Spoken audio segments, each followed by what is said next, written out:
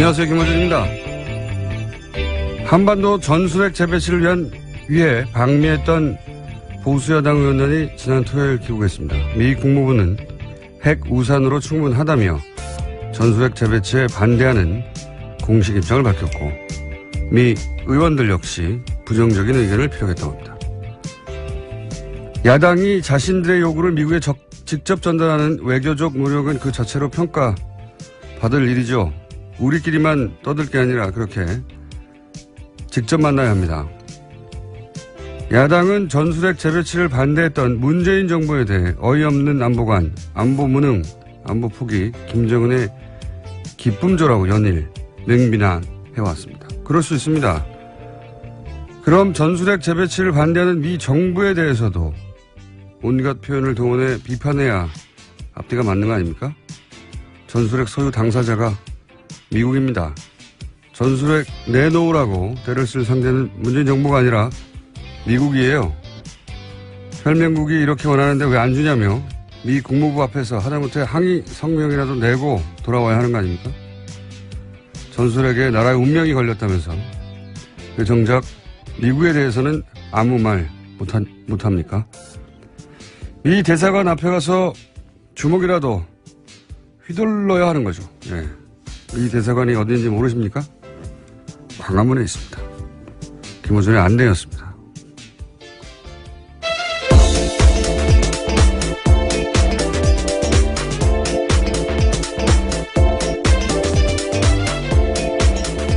시사인의 김은지입니다. 네. 어때요? 월요일인데? 네. 예, 괜찮습니다. 어떠신가요? 안 좋습니다. 네. 힘내십시오. 자, 오프닝을 해봤더니, 예, 오늘도 역시 한 두세 분 정도 발음이 꼬이는 것이 평상시와 똑같구나. 컨디션이 안 좋은 게. 자, 첫 번째 뉴스는 뭡니까? 네, 한미 양국 정상이 어제 전화통화를 했습니다. 북한이 지난 15일 미사일 도발을 감행한 결과를 규탄하는 대화를 나눴습니다. 양 정상은 또 유엔 안전보장이사회의 대북제재 결의안을 더 철저하게 이행하는 게 중요하다고 공유했습니다. 이번 통화는 문재인 대통령 취임 이후에 5번째이고요. 트럼프 대통령이 먼저 요청해서 성사됐다고 합니다. 먼저 전화한 건 처음이라고 하는데, 네. 이 관련해서 제가 어제 주말에 요새 제가 영화 무대 인사를 하느라고 바쁘거든요. 전수식 게임에. 그래서 어제 밤늦게 기사를 몰아서 검색하다가 이 통화 관련해서 굉장히 재밌는 기사를 봤어요. 뭐냐면 트럼프 대통령이 이제 트위터를 썼는데, 네, 뭐 그렇죠. 트위터를 쓴 건 하루 이틀이 아니고 하루에 한 언론의 보도에 의하면 평균 하루에 6개, 7개 써가지고 2시간마다 한 번씩 쓴다고 해요. 그러니까. 근데 요 통화 직후에 트위터를 썼어요 또. 그러면 우리 언론의 이제 취재 대상이 됐잖아요, 보통. 취재 대상이라보다는 중계 대상이 되는데 특이한 기사가 눈에 띄어가지고, 예. 긴 가스관이 북한의 형성 중이다. 유감이다. 이렇게 트위터를 썼다는 거예요. 그러면서 해설이 통화를 했는데 문재인 대통령이 러시아를 방문해서 한국, 북한, 러시아 가스관 사업 부상 이거 밝혔잖아요. 거기에 대해서 트럼프가 비판했다는 겁니다. 미국이 경제 제재하는데 한국이 북한 우방인 러시아와 협상하는 것을 트럼프가 싫어한다. 이런 해설과 함께. 똑같은 논조, 이게 이제 연합기사예요. 똑같은 논조 기사가 뉴시스에도 있더라고요. 그러니까 이 가스관 사업 부상에 대해서 트럼프가 유감이라고 했다. 그 이유는 똑같습니다. 한국이 러시아, 북한과 경제 협력하니까 트럼프가 못마땅해서라고 이렇게 표현했거든요. 이게 이제 그 조그마한 군소 인터넷 언론사가 아니라 한국을 대표하는 통신사예요. 연합과 뉴시스에서. 아무리 봐도 이럴 리는 없을 것 같아요. 이게 아무리 트럼프가 무례하고 자충우돌 하지만 러시아 사업권을 놓고 비판하는 건 말이 안 되거든요. 본인이 러시아가 얼마나 가까운데요. 그래서 원문을 찾아봤더니 트럼프가 쓴 것은 Long Gas Line Forming이에요. 이게 이제 주유소의 길을 길게 섰다는 얘기거든요. 주유소 앞에. 그러니까 미국에서는 휘발유, 그러니까 주유소 가스라고 가스 스테이션. 이게 미국 경제 제재로 북한이 물자가 부족하다는 표현이거든요. 일종의 비꼬는 표현인 네, 거죠. 그러니까 북한이 안 됐다라는. 그 주유소 앞에 북한 주민들이 줄을 길게 섰다는 표현인 겁니다. 그러면서 투배드라고 했는데 이걸 우리 언론에서는 긴 가스관이 북한의 형성 중이어서 유감이다. 이렇게 번역을 해서 이 말도 안 되는 북한이 물자 부족을 겪고 있는데 쌤통이다 하고 자기가 한 북한 대북 경제 제재를 자랑하는 거예요, 이게. 트럼프가. 이거 어려운 용어도 아닌데 하나도. 이런 오보를 낸 것이 연합뉴스면 이게 대한민국을 대표하는 통신 아니에요? 이 기사를 쓴 분은 무려 워싱턴 특파원이에요. 이 두 기사의 핵심 메시지는 미국의 대북 제재를 우리 한국의 문재인 정부는 러시아와 경제협력을 해가지고 협조하지 않아서 미국이 싫어한다. 한미동맹이 잘 안 되고 있다는 거예요. 말도 안 되는 기사입니다, 이거. 예, 그에 대해서 아침에 하태경 의원도 지적을 했는데요. 언론들이 문재인 대통령에게 사과해야 될 것 같다라고. 하태경 의원이 오역이라고 지적을 했습니다. 그런 지적을 했어요? 네. 비슷한 취지 이야기인데요. 오역이다라고 확실하게 이야기한 거죠. 아니, 영어를 잘하시나 봅니다. 아니, 영어를 잘하나 못하나의 차원이 아니라 미국 특파원 할 정도로 이걸 모른다는 게 말이 안 되는 것 같은데. Long gas line forming.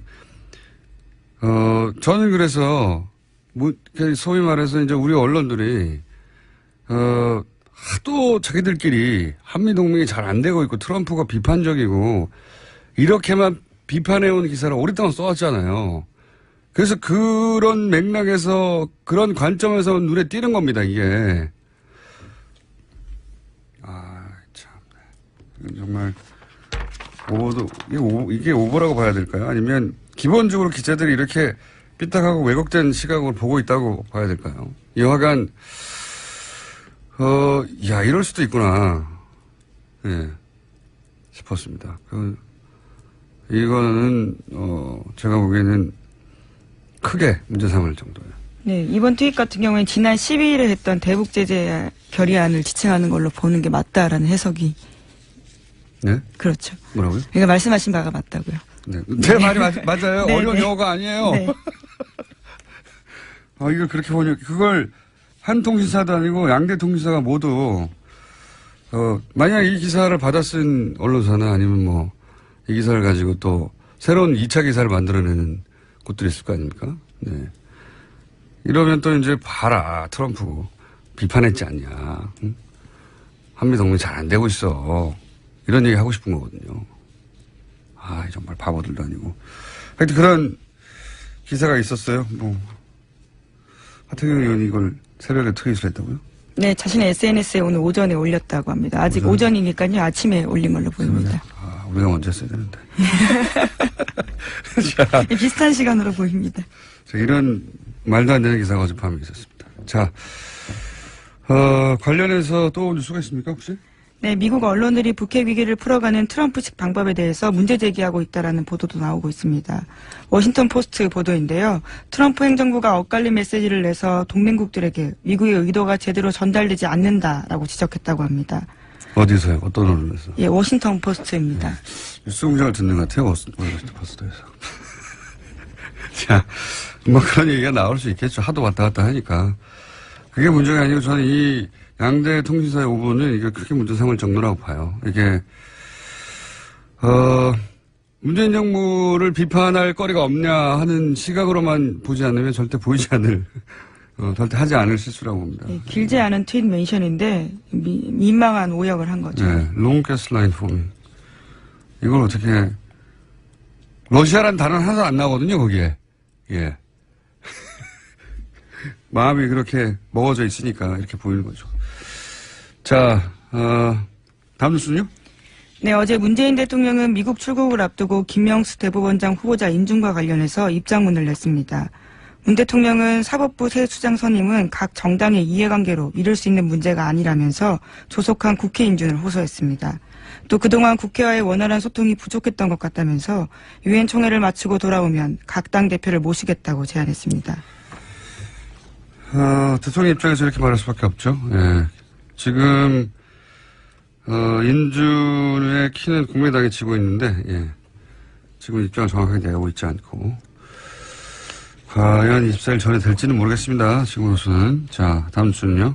예, 이명박 정부 시절 국정원 블랙리스트 계속 알려드리고 있는데요. 이번에는 연예인 블랙리스트가 아니라 방송사 주요 간부와 PD들에 대한 블랙리스트도 나왔다고 합니다.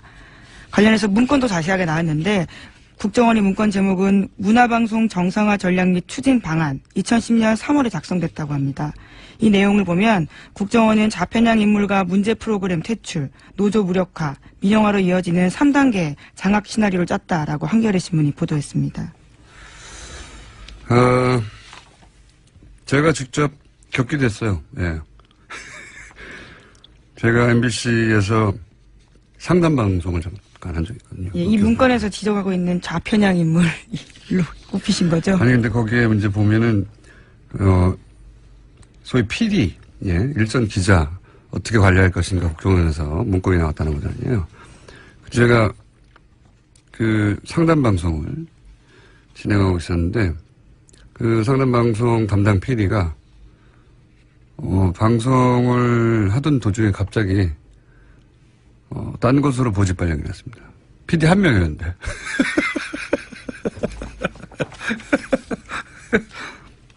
PD가 딴 곳으로 보내셨어요. 그냥 갑자기. 아무런 사전 통보 없이. 예. 그리고 없었어요. 프로그램이. 예, 제가 겪어봐서 압니다. 예. 이게 사전에, 예, 인사를 할 때, 보통 이제 알게 되잖아요. 회사 내에서. 내가 어디로 간다. 혹은 본인이 원하는 곳으로 가기도 하고. 그리고 방송에 연출 PD가 한 명인데 그 PD를 딴 데 보내면 어떻게 합니까? 방송이 어떻게 됩니까? 갑자기 보내버렸어요. 예, 그래서.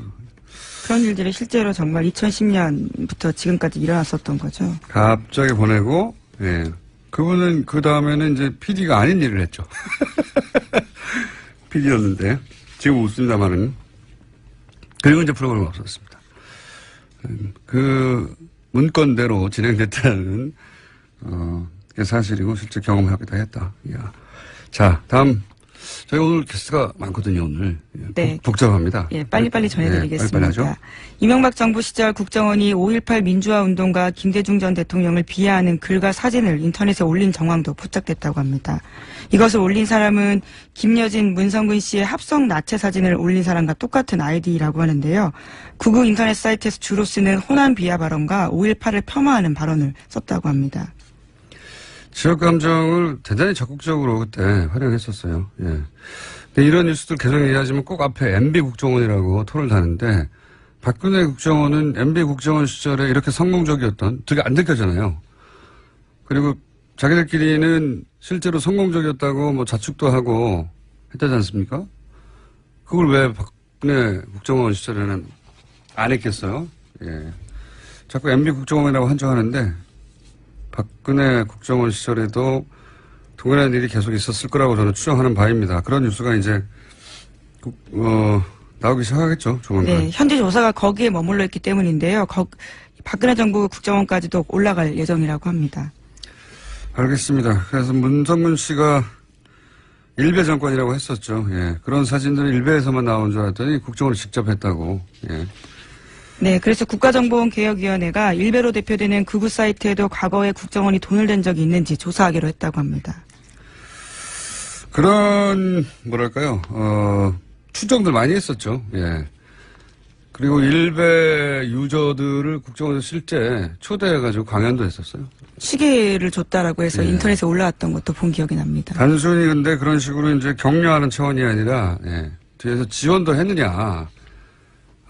거기까지, 조사가 이루어져야 될 사안이라고 보고요. 예. 제목 정도 읽고 끝내야 될 것 같습니다. 네, 방글라데시 당국이 미얀마에서 국경을 넘어온 로힝야종 40만 명에게 이동 금지 조치를 내렸다고 합니다. 복잡한 뉴스인데, 예, 로힝야 뉴스 계속 나옵니다. 저희가 오늘은 4부에서, 네, 국제뉴스에서 이 사안을 다루겠습니다. 이게 왜 뉴스가 됐냐면, 이제 앞이 굉장히 긴데, 요 뒷부분만 얘기하면, 원래 로힝야족이 이제 방글라데시 지역에서 발원한, 네, 소수민족이란 말이죠. 그런데 이제 영국이 거기다 강제 이주시켰죠. 복잡한 역사가 있습니다. 근데 이제 미얀마에서 탄압하니까 다시 방글라데시 넘어가려고 그러는데 방글라데시에서는 오지 말라고 하는 거예요. 미얀마하고는 언어와 종교가 통하지 않고 방글라데시하고는 언어와 종교가 통하거든요. 저돌아가겠다고 하는데 못 오게 하고 있는 거죠. 왜 이렇게 되느냐. 말하자면 자기 선조들, 예? 선조들이라고 해봐 긴 것도 아니고 100여 년 전인데 선조들 땅으로 돌아가려고 하니까 못 오게 하고 있다. 갈 데가 없어요. 예. 네, 이 문제는 저희가 4부에서 다뤄보겠습니다. 여기까지 하겠습니다. 시사인의 김은지였습니다. 감사합니다. 네, 바로 이어서 박영선 의원 저희가 연결해 보려고 합니다. BBK 가짜 편지 사건을 다시 대정부 질의에서 수면 위로 끌어올리신 분이죠. 의원님 연결됐습니다. 안녕하십니까? 네, 안녕하세요. BBK. 감회가 새롭겠습니다. 의원님. 네. 예, 2007년 당시에도 사실은 BBK 최정방 공격수 중에 한 분이셨죠. 네. 자, 그런데 이제 그 대정부 질의에서 문자를 공개하셨어요. 예. 네. 박영선 의원에게 사죄드리며 그리고 저에겐 2개의 카드가 남아있다. 이런 내용의 문자를 공개하셨는데 이게 요 문자만으로는 잘 이해가 되지 않는 분들이 많을 겁니다. 어떤 문자인지 전체적으로. 좀 설명해 주십시오. 왜 이런 문자가 왔고 전후 맥락이 뭔지. 그 2007년 이제 10년 전 일인데요. 그 당시에 이 박근혜 전 대통령 측근들이 이명박 후보가 주가 조작을 해가지고 5,200여 명의 피해자가 났고 또 600억 원의 피해를 발생시켜서 이 수백억 원을 횡령한 이 BBK의 실소유자가 바로 이명박 후보다라고 주장을 했었죠. 그런데 이 실소유자 문제가 나오니까 이제 이명박 그 후보께서 나는 실소유자가 아니고 피해자다 이런 이제 주장을 하면서 김경준이 실소유자다 이제 이렇게 계속 주장을 하면서 그 선거를 버텼는데 네네. 이 김경준이 이제 실질적으로 입국을 하게 되지 않았습니까? 네. 미국에서 입국을 하니까 이명박 후보의 지지율에 이상이 생겼어요. 네네. 그러니까 그 당시에 한나라당이 이 민주당이 이명박 후보에게 타격을 주기 위해서 김경준 씨를 국내로 데리고 왔다라는 기획 입국서를 주장을 하게 됐고 그렇죠. 예. 그 주장을 뒷받침한 것이 바로 BBK 가짜 편지였습니다. 맞습니다. 그런데 이 가짜 편지를 흔든 사람은 바로 당시에 그 홍준표 클린정치위원장이었거든요. 네네. 근데 이 홍준표 클린위원장이 이 가짜 편지를 흔들면서 민주당과 김경준의 발언이 거짓이고 오히려 이것이 문제가 있다. 뭐 이런 식으로 이제 이걸 뒤집어 씌우려고 하는 하나의 일종의 그 선거에 당선될 목적으로 어떤 사건을 조작한 이 조작 사건이었습니다. 있죠. 맞습니다. 네. 그런데 3년 3개월 후에 이 편지의 실제 작성자가 나타나서 기자회견을 하면서 네. 이 편지는 이명박 전 대통령 가족과 측근의 부탁으로 날조됐다. 이렇게 이제 기자회견을 하면서 그 후에 저한테 죄송하다는 문자를 보냈고요. 이분이 저한테 이제 그 죄송하다는 문자를 보낸 이유는 이 BBK 가짜 편지 사건으로 제가 이제 엄청나게 고통을 당했었거든요. 검찰이 저를 중심으로 한 민주당이 이것을 기획했을 것이다라는 어떤 그 각본을 짜놓고 제 주변 저를 비롯해서 제 주변의 수사를 엄청나게 했었습니다. 네네. 그런데 이제 이게 사실이 아닌 것으로 밝혀진 그런 사건이었죠. 네. 그때 이제 가짜 편지는 사실 좀 약하고 증거 조작을 한 것이죠, 완전히. 예. 그렇습니다. 네. 네. 있지도 않은 민주당이, 어떤 조작을 했다고, 조작을 했다고 주장을 하면서 검찰은, 정봉주 전 의원을 갖다가, 또 기소를 하고 또 정봉주 전 의원이 이 BBK 사건으로 인해서 실형을 살게 되고 이런 이제 억울한 일들이 지금 계속 벌어지게 된 거죠. 그렇죠. 뭐 선거권도 10년간 박탈된 상태고 전봉주 맞습니다. 네. 그런데 그 당시 한나라당에서 흔들었던 편지는 가짜라고 편지를 작성한 당사자가 당시에 폭로했지 않습니까? 신명 씨라고. 네. 그래서 그분이 이제 이 일로 고생하신 박영선 의원에게 죄송하다고 그거 내가 쓴 가짜라고 이렇게 폭로하면서 보낸 문자인 걸로 보이는데요. 그죠? 네네. 네. 그런데 이제 지난 그 대정부 질문에서 새로운 증거가 있다고 하셨지 않습니까? 이제 그 문자 메시지의 내용을 보면은요. 네. 나에겐 아직 두 개의 카드가 있다. 이렇게 써 있지 않습니까? 네네. 근데 이 2개의 카드가 지금 현재 밝혀지지 않았고요. 이분이 그 문자를 보내면서 저한테 뭐라 그랬냐면 검찰청 발표는 담당 검사 박철우 검사 외에는 전부 거짓이다. 네. 이렇게 두 가지의 이야기를 적었어요. 네. 제가 이제 여기서 말씀드리고 싶은 내용은 뭐냐면 검찰이 그 새로 출발하겠다 그러면서 인혁당 사건을 사죄를 국민한테 했었는데요. 사실은 지금 검찰이 새로 출발하려면 바로 이 BBK 사건 수사에 대한 대국민 사과가 있어야 된다. 저는 그렇게 보고 있습니다. 왜냐하면 여기서의 그 검찰청 발표가 전부 가짜다라는 그 의미는 뭐냐면 그 당시에 검찰이 이 가짜 편지의 윗선은 없다라고 해서 꼬리를 잘라버렸거든요. 그렇죠. 예. 그런데 이 문자가 의미하는 것이 이 윗선이 있다라는 것을 의미하는 것일 거라고 저는 그렇게 생각하고 있습니다. 왜냐하면 이 윗선과 관련된 여러 가지 그 등장인물들이 나오는데요. 네. 이 등장인물들에 대해서 검찰이 다 면죄부를 줬고 그리고 이 등장인물들이 그 당시에 그 면죄부를 받고 조용히 있었으면 제가 그냥 가만히 있겠는데 요즘 보면 마치 대한민국의 정의를 바로 세우는 사람인 것처럼 둔갑을 해서 오히려 더 큰 소리를 치고 있습니다. 그렇기 때문에 저는 이 부분과 관련해서는 검찰이 재수사를 하고 국민들에게 사과를 해야 되는 것 아닌가 저는 그렇게 생각하고 있습니다. 지금 말씀하신 그 당시에 그 신명 씨가 자신에게 편지 조작을 지시했던 사람 그리고 관여했던 사람이라고 밝힌 인물들이 이명박 대통령의 형인 이상득 씨 그리고 최시중 그리고 이명박 특보 당시에 그리고 김병진 특보 그다음에 동서인 이명박 대통령의 동서인 신기혁 씨 이런 분들을 이름이 직접 거론됐었어요 그때 당시에. 네네. 근데 이제 검찰에서는 또 이분이 또 이런 이야기도 했어요. 그 홍준표 그러니까 가짜 편지를 흔든 홍준표 대표가 윗선이 있으면 정치적으로 책임진다고 했으니까 그렇게 하세요. 라는 이런 이야기도 했거든요. 네네. 그러니까 이 부분과 관련해서는 검찰의 수사가 그 당시에 매우 불투명하다. 저는 그렇게 보고 있고 검찰이 그 손이 안으로 굽는 그런 수사를 한 것이 아닌가 저는 그렇게 생각하고 있습니다. 네. 그런 의혹이 뭐 여전히 남아있고 신명 씨의 주장은 그러했는데 실제 신명 씨에게 그런 편지를 쓰라고 지시를 했던 양승덕 씨는 그냥 대학에 직원에 불과했는데 한 대학에 이분이 다 그냥 이 모든 일을 독자적으로 기획했다는 게 검찰의 수사 결과였지 않습니까? 그렇습니다. 네.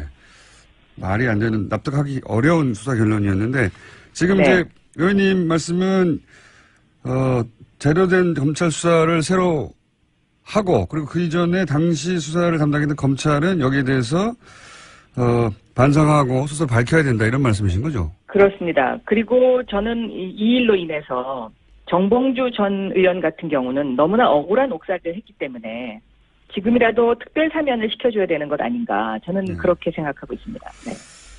당시 정봉주 전 의원과 박영선 의원님이 2007년에 이 건으로 사실 고생을 같이 하셨는데 고생 많으셨죠 그때. 예, 그렇습니다. 지금은 이렇게 웃으면서 이야기하지만 그 당시는 뭐 굉장히 상황이 심각했었죠. 가족들이 다 뿔뿔이 흩어져야 되고 또 제 주변에 있는 보좌진들부터 시작해서 검찰 수사를 안 받은 사람이 없거든요. 네. 제가 알기로는 의원님도 거의 감옥 가실 뻔한 걸 알고 있습니다. 자, 10년 전 얘기긴 합니다만 거의 감옥 가실 뻔한 걸 알고 있고.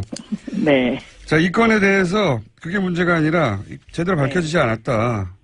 그리고 현 검찰총장도 여기서 자유롭지는 않습니다. 당시에 서울중앙지검 특수 1부장이었기 때문에. 네. 자, 그런데 이게 재수사가 과연 될 수 있을까요? 저절로는 안 될 것 같은데요?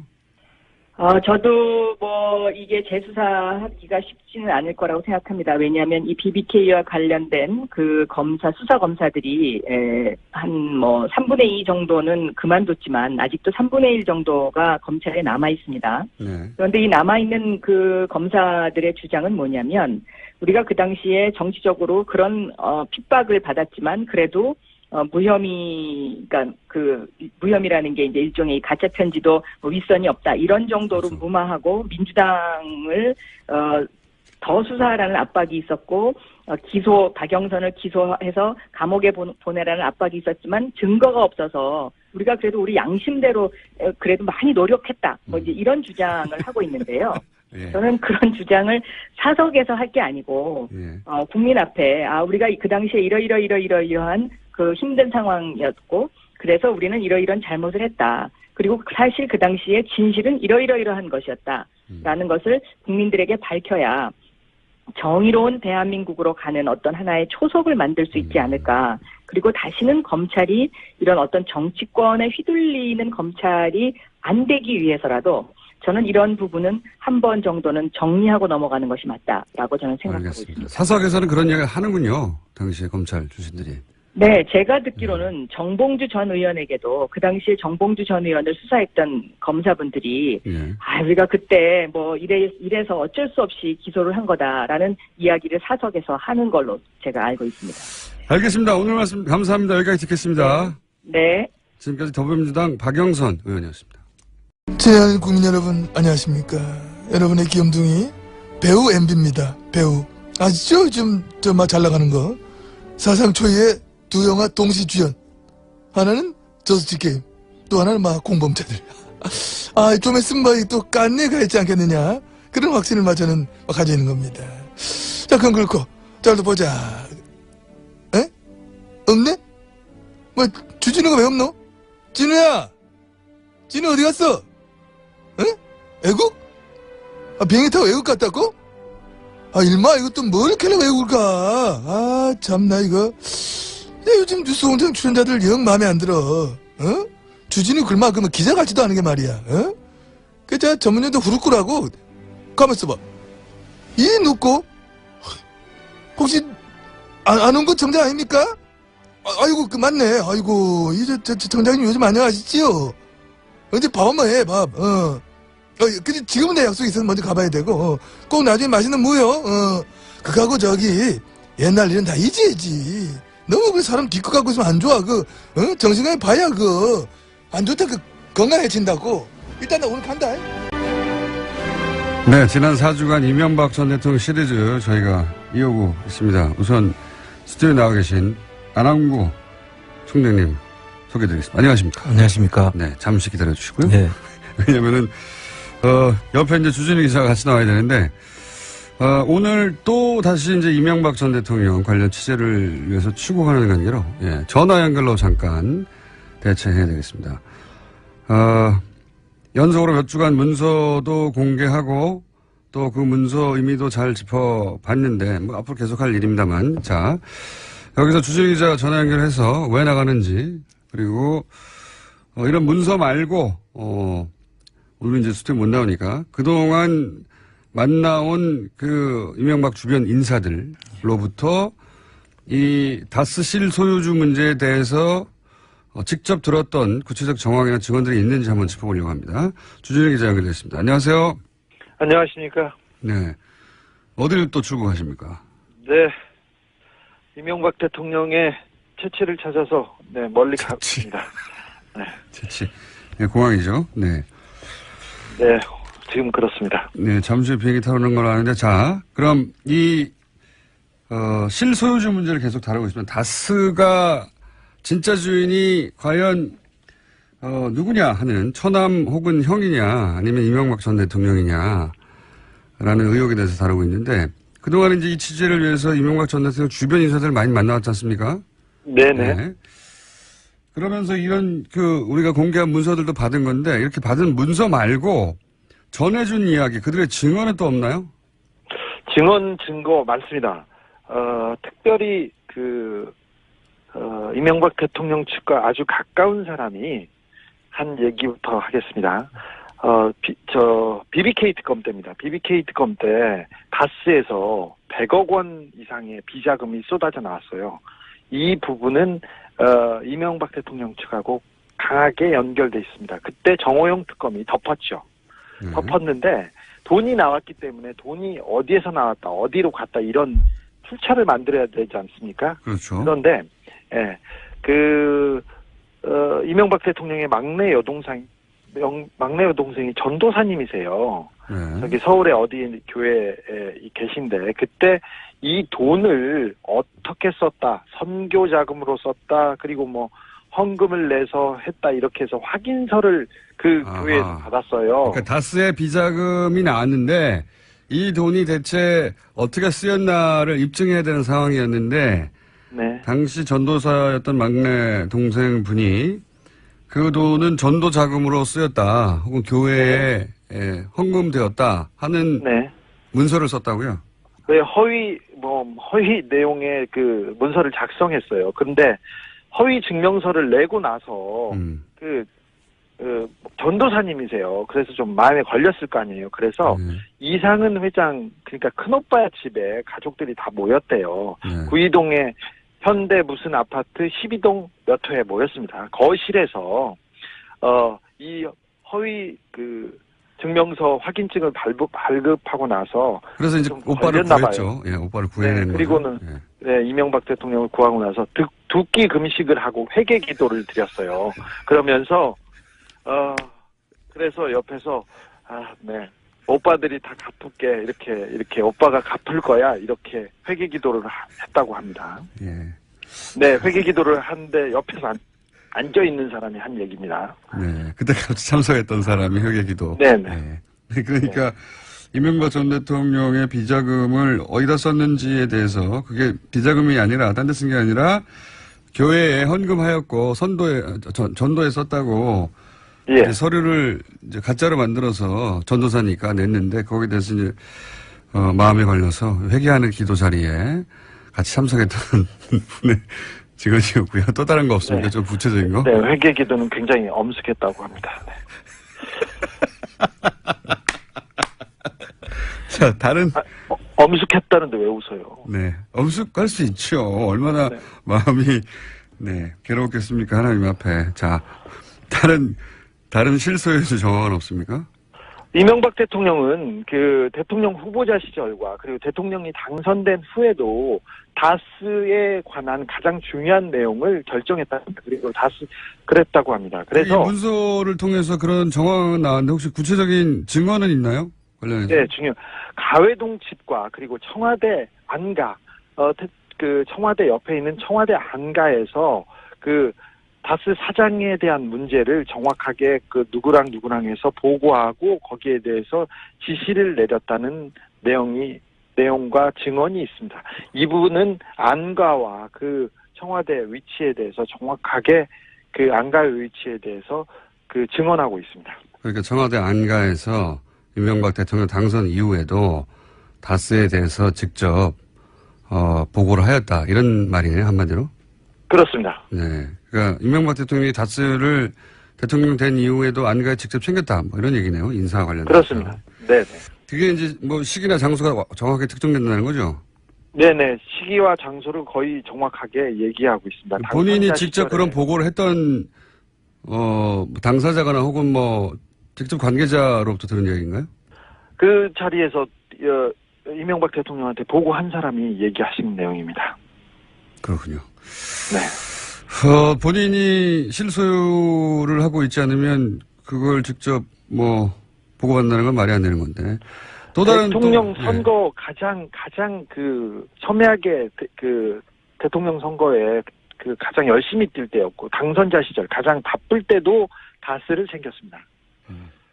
알겠습니다. 또 하나의 증언이 추가되는 셈이고 또 다른 관련 증언이나 인사의 발언은 없습니까? 취재가 좀 있습니다. 네. 또 최근까지도 다스의 그 임원의 인사 문제라든지 그 다스의 가장 중요한 내용은 이명박 전 대통령이 논현동 사저에서 직접 챙겼다고 합니다. 그 자리에는 시영 씨, 그러니까 그 이명박 대통령의 아들이 참석했고요. 그 최근에는 어떤 얘기까지 있었냐면은 김재정 씨, 그 다스의 최대 지주였던 김재정 씨가 있고, 예. 굉장히 그 상속세라든지 그 지분 처리하는데 골머리를 앓았어요. 그런데 지금 또 최대 주주인 이상은 씨가 건강이 어떻게 될지 모르고 그리고 너무 어렵고 그 다음에 그건 처리가 잘 안 돼서 사실은 다스가 이명박 대통령의 실소유주라는 것을 양심 고백하고 아들한테 물려주는 게 좋지 않겠느냐 이러면서 다스의 사장과 감사, 다스의 임원들이 모여서 회의를 했다고 합니다. 자, 이 앞에는 대통령 재임 기간에도 다스에 관련된 결정은 이명박 전 대통령이 직접 하였고, 최근에는 자택에서 다스에 관한 결재를 해왔는데, 그런데 최근에 이제 김대중 씨 사망 이후 상속과 관련해서 소유권 문제가 복잡하게 일어나니까 이상은 회장, 또 한 사람의 지분 보유자는 이상은 회장이죠, 형인. 회장이 사망할 때는 얼마나 복잡해지겠느냐. 그러니 아예 이 시점에 양심 선언을 해서 이것이 이명박 전 대통령 거라고는 걸 밝히자. 그래야 이런 문제가 없어진다라고 하는 다스 내의 간부들이 있었다? 예, 그렇습니다. 그런 움직임이 있었다? 네네. 그래서 그 결론이 어떻게 났다고 합니까? 아직 양심 선언을 하지는 않았죠. 네. 사실, 이게 무슨 양심 선언입니까, 근데? 네, 그렇죠. 아니, 진실 선언이죠. 그냥 양심까지도 아니고. 그런데 선언을 하진 않았는데 심각하게 고려하고 내부에서 좀, 그 방안을 좀, 찾는 그런 일들이 있었습니다. 거기도 복잡하게 돌아가는군요. 마지막 질문인데, 혹시 저희가 이제, 물론, 뉴스공장 외에는 아무도 안 다뤄주고 있긴 한데, 만약에 이명박 전 대통령이 다시 실소유주라면 아주 뜨끔할 문서들과 내용을 계속 다루고 있어요. 네, 만약이 아니라, 거의 그렇습니다. 네. 그런데, 언론에서, 다른 언론에서는 이제 안 다뤄주고 있긴 하지만, 이 방송을 들은 관계자들은 뜨끔뜨끔 해가지고, 뭔가 이제 반응이 있을 법도 한데, 혹시 반응은 없습니까? 주변에? 반응이 많습니다. 특별히 이명박 대통령 주변에서 변호사들이 계속 들어가서 회의를 하기 시작했다고 합니다. 그리고 다스 회사 분위기가 완전 초상집이어서 지금 직원들을 자꾸 다른 데 발령내기 시작했고요. 그만둘 사람이 알아서 판단하라고 얘기가 내려오기도 했다고 합니다. 직원들이 거의 초긴장 상태고요. 그래서 문건 유출자를 색출한다고 뒤지고 있고, 그 다음에 다량의 문서 소각이 다스 공장 내에 있다고 합니다. 더더욱 좀 놀라운 것은 제가 10년 넘게 이명박 대통령 주변을 지금 취재하고 추적하고 있는데, 제가 만나고 싶었던 사람들이 절대 만나주지 않았어요. 그러니까 이명박 대통령의 재산을 관리하거나 다스에서 핵심 인물을 띈 사람들이. 그런데 그분들이 연락을 하기 시작했습니다. 그래서 조금씩 진실을 말하기 시작했습니다. 알겠습니다. 여기까지 하고요. 지금 안홍구 청장님 옆에 앉아서 멀뚱멀뚱 심심하게 계시거든요. 잘 다녀오시고, 이번 취재 관련해서 만약에 목적한 어떤 취재가 성공을 하면 현지에서 전화 연결을 한번 하기로 하고요. 바로. 네. 돌아오기 전에 바로 연결하죠. 하기로 하고 오늘 여기까지 하겠습니다. 감사합니다. 네. 안전하게 잘 다녀오시고. 자, 청장님 이야기 들으셨죠? 네. 주변에서도 꽤 흔들리고 있다고 해요. 예. 그럴 수밖에 없는 것이 잘 모르시는 분들은 잘 모르시겠지만 저희가 지금 짚고 있는 게 아주 핵심이거든요. 그렇습니다. 진짜 다스가 누구일 것인가에 대해서 핵심 문서나 핵심 직원들을 짚고 있기 때문에 당사자들은 떨릴 수밖에 없죠. 그럴 겁니다. 예. 이거 기사를 안 써주십니까, 여러분? 자, 안 써주시든 말든 계속 하겠습니다. 오늘은, 지난주에 그런 얘기 했지 않습니까? 물려주기 위해서. 네. 김대중 씨의 처남이 갑자기 사망하고, 최대주였죠. 40%를 소유하고 있는. 사망하고 나서 그 재산을 정상적이라면 김대중 씨 유족에게 자연스럽게 물려줘야 되는데. 그렇습니다. 이게 청와대에서 여러 가지 시나리오가 검토됩니다. 그렇습니다. 유족 의견은 하나도 없고. 예, 대안이 6개나 가지고 검토하죠. 예. 문서를 저희가 확보해서 이제 지난주에 분석을 했는데, 아니, 김대중 씨가 최대 주주고 김대중 씨가 사망했는데 왜 유족들 의견은 하나도 없고, 이거를 청와대에서 검토하느냐 하면서 이것을 검토한 사람이 실소유주지, 김대중 씨는 실소유주가 아니라고 봐야 한다. 그렇습니다. 이런 정황들에 대해서 얘기를 해왔는데, 오늘 시간이 짧긴 합니다만 5분 이내로 그 문서를 또 추가적으로, 그러니까 이것은 김재정 씨 재산이 아닌 것 같아라고 하는 추가적인 정황이 또 있습니까? 예, 그 상속 이후. 상속 전에 이제 그 김재정 씨가 49%로 네. 그 최대 주주였지 않습니까? 네. 그 다른 분들은 변동이 없는데 네. 김재정 씨가 이제 돌아가심으로써 그 상속 유족들한테 이게 다 상속이 되고 일부는 물상속 지분을 이제 세금으로 대신 내죠. 네네네. 상속세를 대신 내는데 그렇게 되면서 지분 변화가 일어납니다. 원래는 김재정 씨 유가족이 49%를 고스란히 가지고 있는 게 정상이죠. 그렇죠. 예. 그리고 상속세를 돈으로 내면 되는 것이죠. 네네. 그런데 이 부분에 대해서 돈을 내는 가정들이나 이런 것들을 전부 검토한 정황이 있었고요. 네, 지난주에 그 대안에 있었고요. 예. 그래서 나중에 상속 후에 지분 변화가 어떻게 일어납니까? 지분 변화가 이렇게 일어나죠. 건영미 씨라고 그 미망인이십니다. 네, 그 미망인. 분 이름으로 이제 24%가 되고. 가고 그다음에 기재부로 물납한 재산이 기재부가 네네. 24%를 상속세를 주식으로 대신 내는 거. 예, 그걸 20%를 이제 가져가고. 기재부가 가져가고 그다음에 청계재단으로 5%를 이제 예, 기부를 하죠. 예. 뭐 다를 기부한 건 아니니까 5%는 뭐 기부할 수 있다고 보더라도 이 상속 전에 있는 그 구조 자체도 우리가 한번 살펴볼 필요가 네. 있거든요. 그러니까 49%가 24, 25%로 나눠진 겁니다. 예. 네. 그리고 우선 이제 상속 전에는 그 어느 누구도 51%를 넘지 않고 있습니다. 그렇죠. 그래야 이게 그 균형을 갖춰놔야지 어느 한 사람이 그 기업을 지배를 할 수가 없도록 지금 구성을 짜놨는데 네. 그 이후에 되면 변화가 생길 수가 있죠. 네. 그러다 보니까 그 변화를 피하기 위해서 상속 전과 똑같은 구조로 해서 보이지 않는 손에 의해서 이 기업을 지배하기 위한 구조를 짜는 것이 상속 후의 변화입니다. 생각해보면 김재정 씨 49%는 김재정 씨 미망이나 자녀들에게 가야 되죠. 가야 되는 게 정상인데 자녀들 지분이 하나도 없어요. 예. 그래서 이 부분도 상속 지분을 포기를 할 수는 있는데요. 네. 그 포기 절차를 밟아야 되죠. 예. 그래서 그 포기 절차를 밟았는지 여부도 사실은 확인을 해봐야 될 된다고. 일입니다. 그리고 자녀한테 상속 안 합니까? 그러니까요. 그게 말이 안 되지 않습니까? 본인이 평생 일궈온 회사인데 이거를 오히려 청계재단에는 5%를 기부하고 그 주식을 기재부에 그 상속세 대신 내긴 하면서 자식에게는 한 푼도 안 갔다는 상속을 안 했어요. 이상하죠? 네. 이상한 일이 그렇게 있고요. 그다음에 이제 또 한 가지 이상한 점은 이제 이 상속 부동산 문제입니다. 네. 전에도 살펴봤지만은 그 김재정 씨가 김재정 씨 명의로 등기가 돼 있던 상속 재산이 한 67만 평 정도 된다고 했지 않습니까? 네네. 그 여의도 면적이 82만 평이가 그러니까 엄청난 양인데. 여의도보다 조금 모자란 정도예요. 예, 물론 그 안에는 지분으로 이제 있기도 하고 하죠. 그래서 이런 경우에도 사실은 상속이 되면 그 지분이 그 소유권이 이제 소유주가 바뀌어야 되지 않습니까? 그렇죠.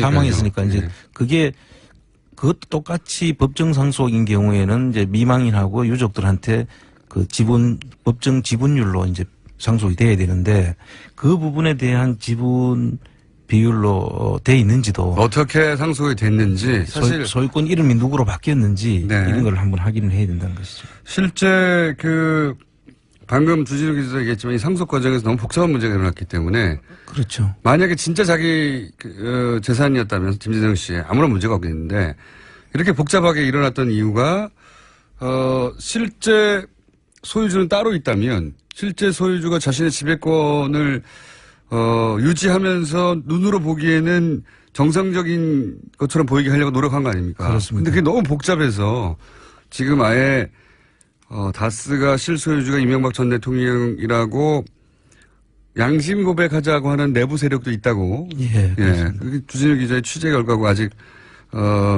저희가 물증으로나 혹은 뭐 녹취로나 들려주지는 못했는데. 그 서류에 반영이 돼 있는 것이죠. 네. 이 다스의 지분 변화 역시 오늘 시간 짧아서 여기까지 해야 될 것 같아요. 지분 변화 역시 정상적이지 않다. 그렇습니다. 네. 유가족들 중에 단 한 분인 미망인에게 다 몰아줬는데 예. 이것도 관리의 편의성을 위해서 이렇게 한 게 아닐까 하는 의심이 들 수 충분히 있습니다. 의심을 할 수 있습니다. 왜냐하면 자녀들에게 쭉 뿌려진다고 하면은 또 골치 아프지 않습니까? 그렇습니다. 그리고 여기 이제 또 제3자가 개입할 그 소지를 막기 위해서 네. 그 물납을 통해서 파는 과정들이 나중에 나오는데요. 그건 오늘 시간이 없기 때문에 나중에 다음 다시 주에 하겠는데 기재부가 가지고 있는 20% 벌써 이게 몇 년 전입니까? 거의 5년 전인데 예. 아직도 기재부가 가지고 있어요. 예. 보통은 이게 이제 팔려 나가가지고 돈으로 국고로 돌아가야 되는데 예, 가지고 있습니다 그냥. 아까 주진우 기자도 이야기했지만은 47% 가지고 있는 이상은 씨가 있지 않습니까? 네. 이분도 언젠가는 이제 또 상속에 대한 것이 있을 수 있기 때문에 더 크게 벌어지겠죠. 뭔가 예, 복잡한 일이. 그때는 상당히 복잡한 지금 상황이 벌어질 수 있다고 지금 보고 있는 것입니다. 그러니까 이제 기재부에 있는 20%는 너무 비싸서 안 팔렸다는 거거든요. 예.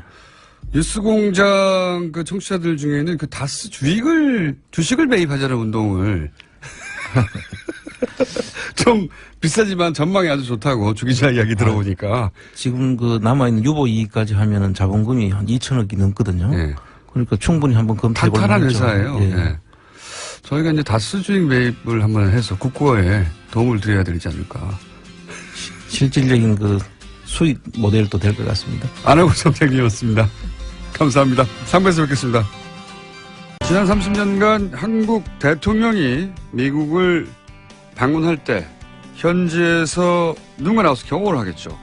그 경호를 맡아온 한국의 경찰, 미국 수도 워싱턴 메트로폴리탄 경찰국에서 32년째 근무해서 아시아계 최장기 근속 기록을 가지고 있습니다. 아침 한국에 오셔가지고 저희가 모셨습니다. 조셉 오 팀장님. 네. 네, 스튜디오 직접 나오셨습니다. 안녕하십니까. 안녕하십니까. 네. 미국에 가신 게 언제입니까? 1976년도에 이민 갔습니다. 1975년. 그때가 몇 살이셨어요? 제가 만 10세 때였습니다. 그리고 경찰에 들어가신 게 언제입니까? 경찰에 들어간 거는 1985년이었습니다. 그때부터 지금 계속. 네. 진짜 오래 계신 분이죠, 경찰. 저희가 모신 이유 중에 몇 가지 재밌는 포인트가 있어서 저희 모셨어요. 예. 물론 아시아에서 최장 근속 기록을 가지고 계시긴 하지만 그건 이제 미국의 사정이고, 그렇죠? 그렇죠. 근데 우리하고 연결 포인트가 있냐면 30여 년간 현직 포함. 네. 그 전직들도 미국을 비공식 방문하기도 하잖아요. 네. 그때도 경험을 하셨던 거죠. 네. 최근 30년간 대한민국 모든 대통령을 다 경험했다고 보시면 되는 거죠. 네. 네. 맞습니다. 현직일 때와 전직일 때 모두 포함하여. 네.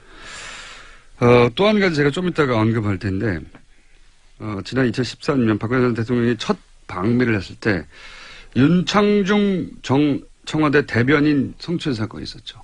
최근에 다 사실 무근이라며 윤창중 씨가 다시 복귀했습니다만 그때 그 사건을 직접 담당했던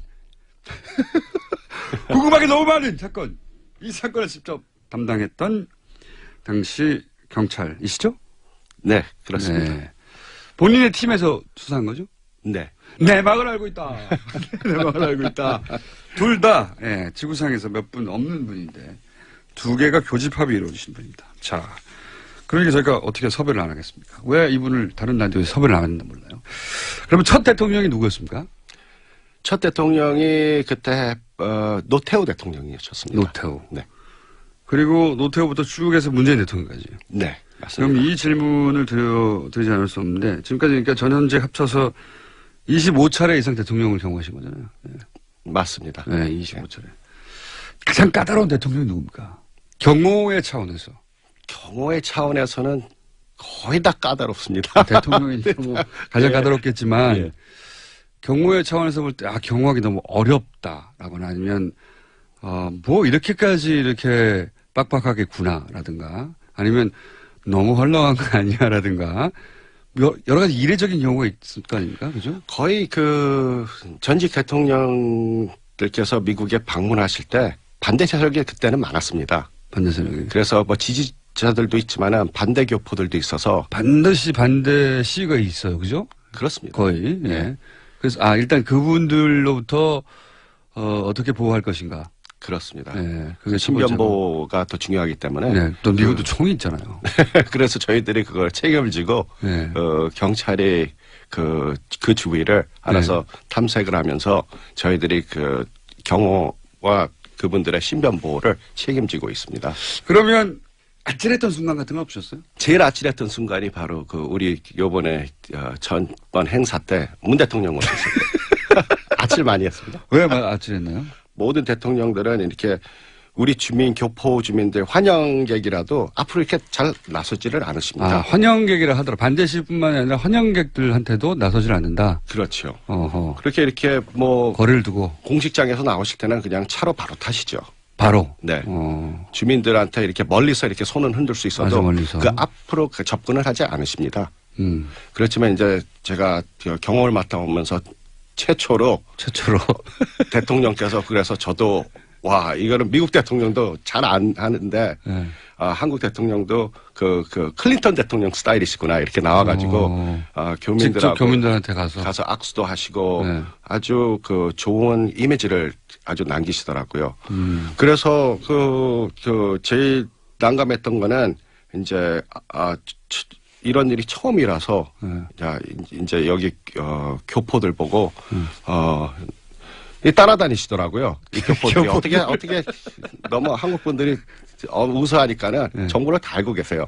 그래서 저희들이 현장에 뭐 1시간 전에 도착했는데 이분들은 뭐 4시간 5시간 전에 어떤 분은 노스 캐롤라이나 뭐 그 먼 데서 10시간 12시간 운전하고 전 가족이 대통령 뵙겠다고 워싱턴까지 와서 그런 거 처음 있는 일입니까? 예. 쨍볕에서 뭐 대통령 앞으로 대여섯 시간이 있어야지 오는데 거기서 기다렸다고 합니다. 그러면서 꼭 만나야 된다고 그래서 그렇게 만나시고 싶으십니까? 그랬더니 소원이라 그러시더라고요. 그래서 그러면은 제 경험을 봤을 때는 잘 만나시는 분이니까 그러면은 만나시고 싶으시고 앞에 계실 거면은 저희들이 소지품 같은 거 확인해도 좋으니까 소지품 그렇죠. 그때 보통 네. 웬만한 반응이 안 됩니다라든지 그렇죠. 미국 인권 사회에서. 침해고 뭐 그렇죠. 그러니까는 막 들고 일어나죠. 미국에서는 특히 자기 인권에 대해서 민감하잖아요. 예. 근데 오히려 그 가방을 저한테 맡기면서 그러니까 그 뒤에 계시는 분들까지 전부 다 제 거 먼저 보시라고. 가방. 저도 보니까는 이거 참 재밌더라고요. 그래갖고 이분들이 아주 평화로서 꼭 대통령을 만나고 싶은 분들이구나. 그래서 하여튼 제가 나오실 때 우리 대통령께서 뭐 어떻게 하실지도 모르지만은 네. 옆에 가만히 계시라고. 네. 그리고 오시면은 네. 인사하시고 네. 그럼 혹시 좋은 일이 있을지도 모른다. 좋은 일이 있을지도 모른다. 그 기뜸을 해주죠. 네. 근데 이제 아주 그러면 이제 대통령님께서 내려오시면서 나와서 반기시고 또 사진도 같이 찍고 그래서 제가 봤을 때 이게 우리 대한민국도 이제 민주주의 국가가 다 됐구나. 이게 그냥 선진국이 아니라 대선진국하고 비슷하구나. 왜 그런 걸 보니까는 아주 대한민국 자체가 진보로 가는구나. 전에는 다 보수적이었는데 그래서 그걸 보고 제가 흐뭇했습니다. 굉장히. 예. 문재인 대통령은 그냥 손을 흔드는 게 아니라 그 군중석으로 들어가요. 예, 맞습니다. 군중석으로 들어가서 다시 막 셀카 찍고. 네. 거기서도 그랬을 텐데. 예. 거기서 뭐 다 그러셨는데요. 네. 그게 이제 당황스러웠다. 네, 그게. 기본적으로 30년간 해왔던 경호의 방식하고 전혀 달랐기 때문에. 그렇죠. 거기 계시는 경호원들도 그렇고, 미국 경호원들도 그렇고, 나중에는 그게 당연한 걸 알고, 다들 오히려 웃으시면서, 다들 경호자들도 같이, 한국 대통령이 참 국민들한테 인기가 많으시구나. 그 경호를 하시다가 팬이 되신 것 같아요. 이런 건 어떻습니까?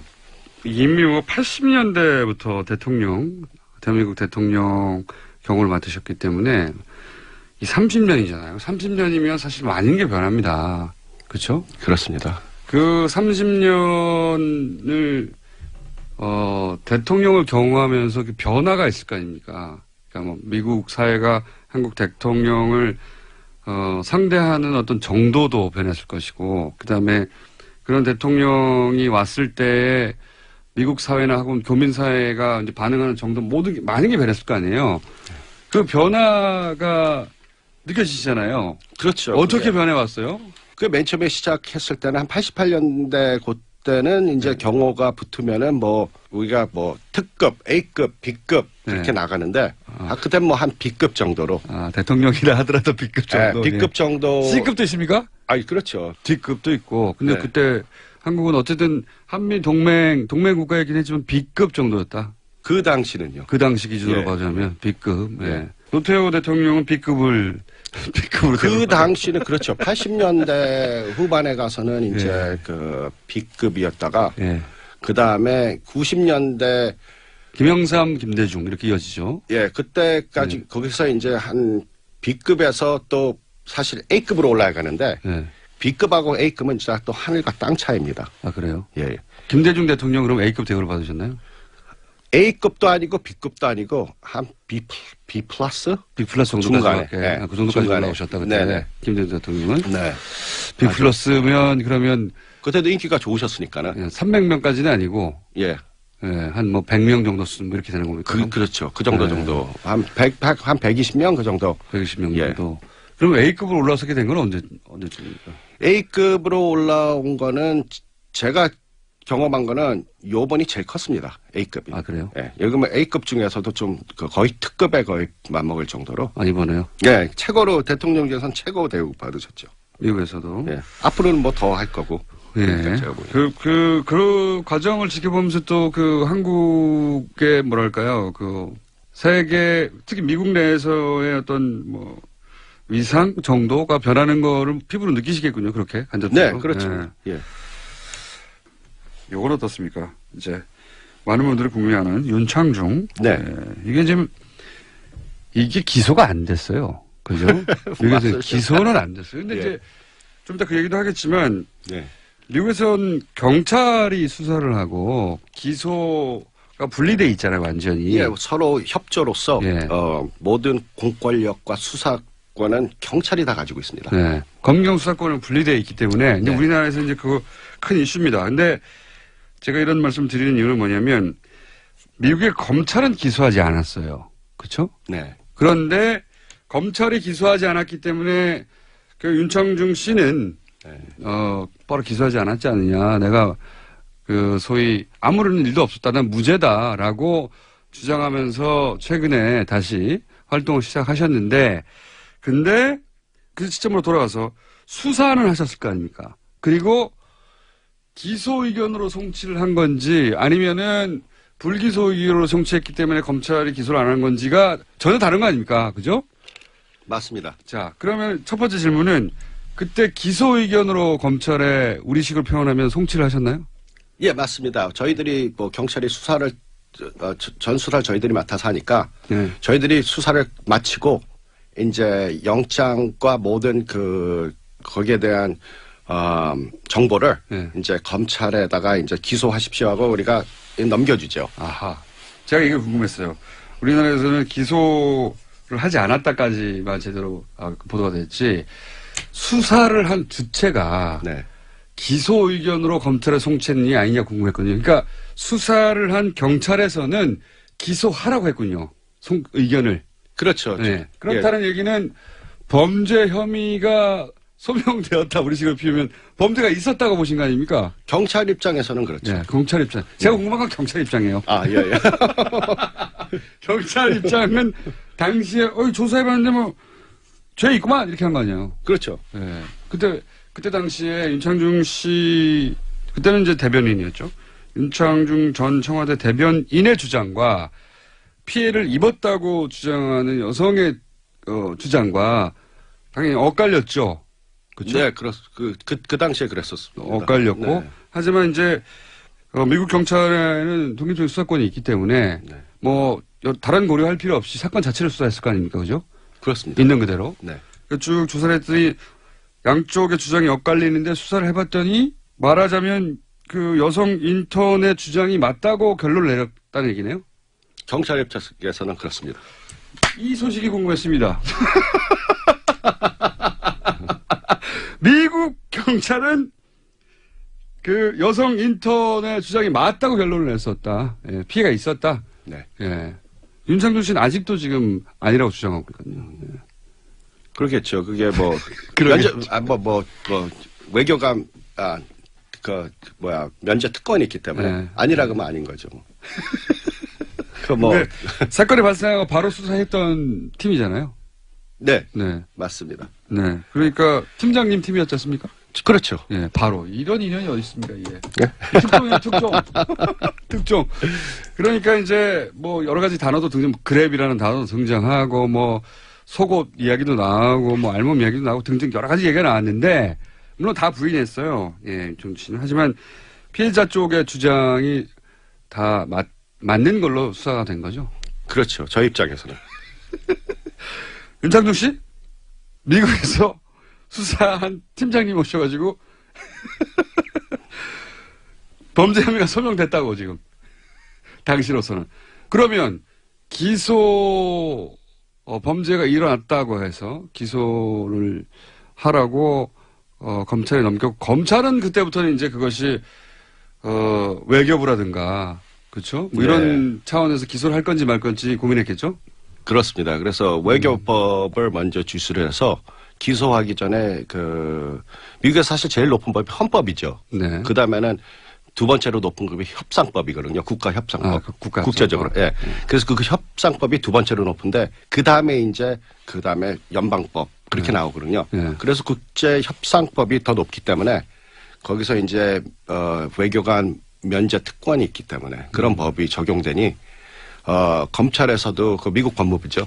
거기서도 이제 본인들이 거기서는 판단을 할 게 아니라 이거를 외교부로 넘겨서 외교부에서 그걸 알아서 하는 거죠. 외교적으로 무마가 됐군요. 말하자면. 저도 모르겠습니다. 그렇죠. 왜냐면 그건 저희 영역이 아니니까. 관할 아니까 네. 우리들이 미국이 좋은 게 뭐냐면은 저희가 그렇게 올라가는 것도 네. 관심은 없습니다. 우리 책임을 다했으니까. 우리 책임 다 하고 우리는 죄 있다 하고. 그러면 또 기소는 법무부에서 검찰에서 기소권을 갖고 있다. 또 거기서는 제가 있건 없건 거기서 또 알아서 하는 거고 그다음에 또 외교 문제는 외교부에서 하는 거니까 그 세 가지를 다 거쳐야지 사실 공정성이 있을 거 아닙니까? 한쪽에서 우리가 죄가 있다 없다 그래갖고 한쪽에서 우리가 구워 삶으면 안 되죠. 그거 완전히 부정부패가 돼버리니까. 실제 죄는 있는데 이것이 외교적으로 무마된 것으로 추정이 되네요. 예, 조사한 경찰의 입장에서는 조사한 경찰이 가장 잘 알죠. 그렇죠. 예. 우리가 기초 수사를 다 하고, 예. 그다음에 그 수사가 끝이 나면은 그 끝 후에 바로 이제 검찰로 기소를 넘깁니다. 네, 그러니까요. 피해자 조사도 다 하셨을 것이고 당연히. 네.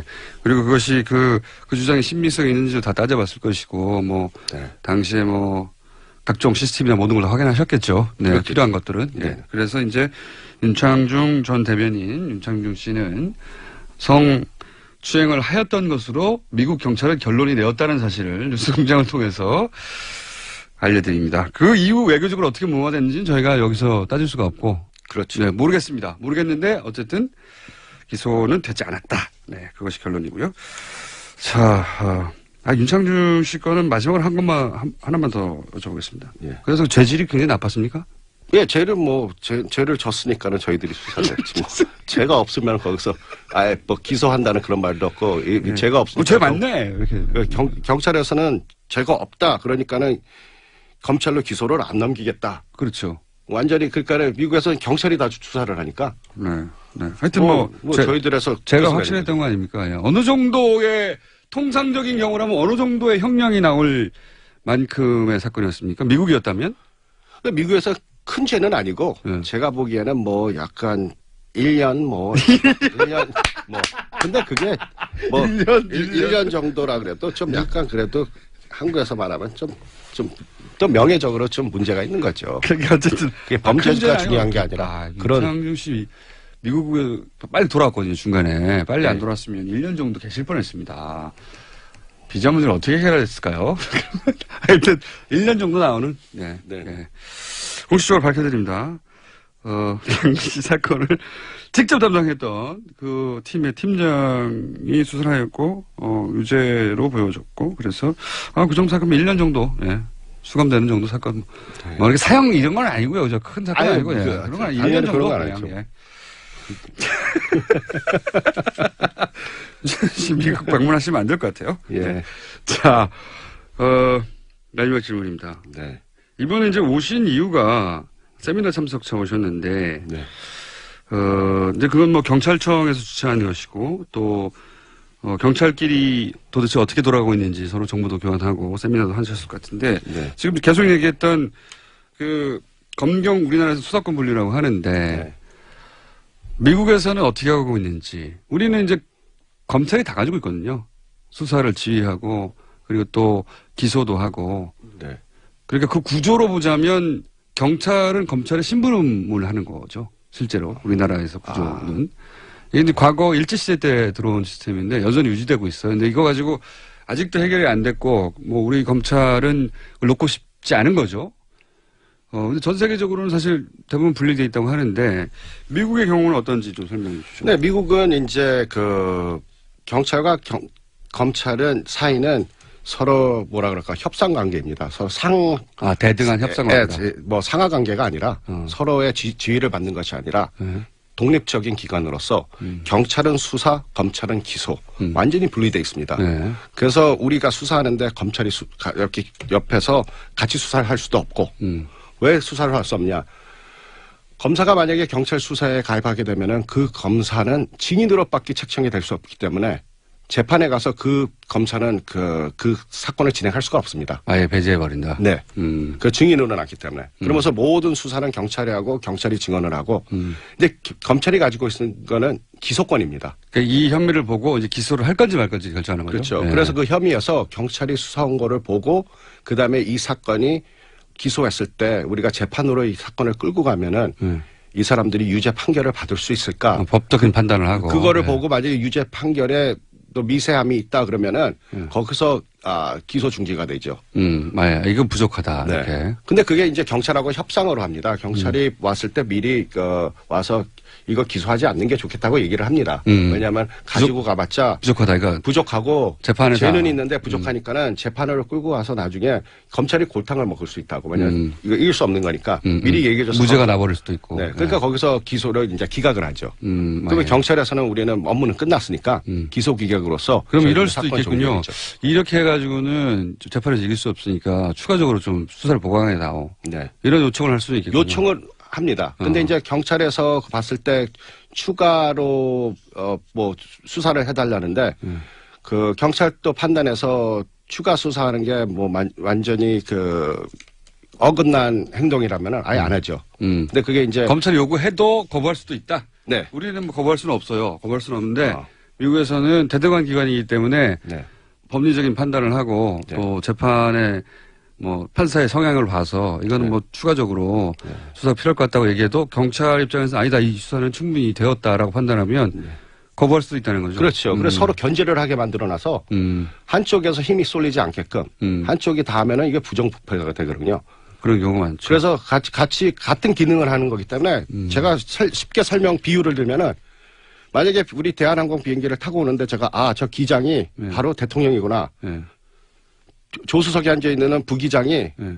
국회의원, 국무총리다. 네. 그럼 거기서 이제 거기 플라이트 어텐던스라고 이렇게 같은 직원들 있죠. 승무원들. 예. 승무원들이 전부 다 국회의원들입니다. 예. 그럼 저기 앉아 있는 우리들은 국민이죠. 예. 그러면 왼쪽 엔진, 오른쪽 엔진 날개가 누구냐면 왼쪽 엔진하고 오른쪽 엔진은 검찰이고 예. 오른쪽 날개는 경찰이죠. 예. 근데 그리고 뒤쪽 날개들은 다른 공공기관이고. 근데 경찰하고 검찰이 서로 잘 손발을 맞춰가면서 협조적으로 동등하게 해야지 이 비행기가 안전한 데로 가고 또 앞에서 대통령께서는 그거를 잘 운행하시고 그 뒤에서 이제 승무원 되는 우리 국회의원께서 잘 협조를 하면은 이 안전까지 아주 잘 도착하고 모든 사람들이 기쁘게 되겠죠. 미국에서는 잘 통하는 비유입니까? 아니요, 제가 그걸 지금 생각한 겁니다. 딱 생각해보니까 그게. 알겠습니다. 그러니까 지금 한국에서 아마 미국에서 경찰 생활 하셨기 때문에 한국에서 이런 논란이 있다는 게 좀 이해가 안 되는 면도 있으실 것 같아요. 예, 저는 완전히, 이 세계에서 우리 대한민국만 딱 한쪽에 권력이 있으니까 그래서 한쪽에 싫어하면 혼자서 거기서 뭐 어떻게 뭐 그렇죠. 조정을 마음대로 하고 그러면은 그게 좀 약간 이해가 안 갑니다. 저는. 네, 왜 한국은 이렇게 하지? 이렇게 생각이 드신다는 네. 거죠.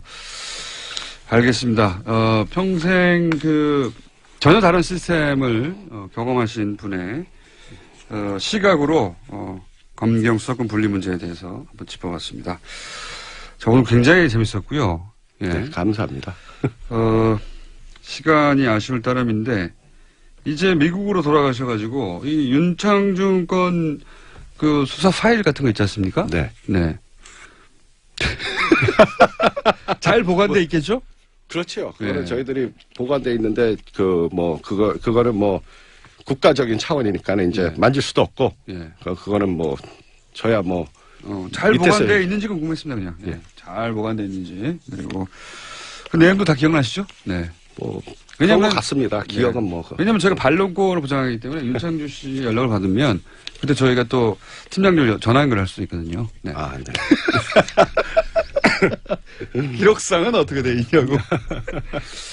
굉장히 만나기 힘든 분 한국에 오셔서 저희가 만났습니다. 혹시 이제 워싱턴에서 큰 사건이 있을 때 저희가 워싱턴 경찰의 입장이 궁금할 때 혹은 윤창준 씨의 반론이 있을 때 저희가 전화 연결 드리도록 하겠습니다. 그때 좀 받아주시고요. 네네, 감사합니다. 초청해 주셔서 감사하고요. 네. 한국인으로서 하는 게 저는 굉장히 영광이고 만족스럽다고 생각합니다. 한국인으로 지금 최장기 기록을 세운 것도 축하드립니다.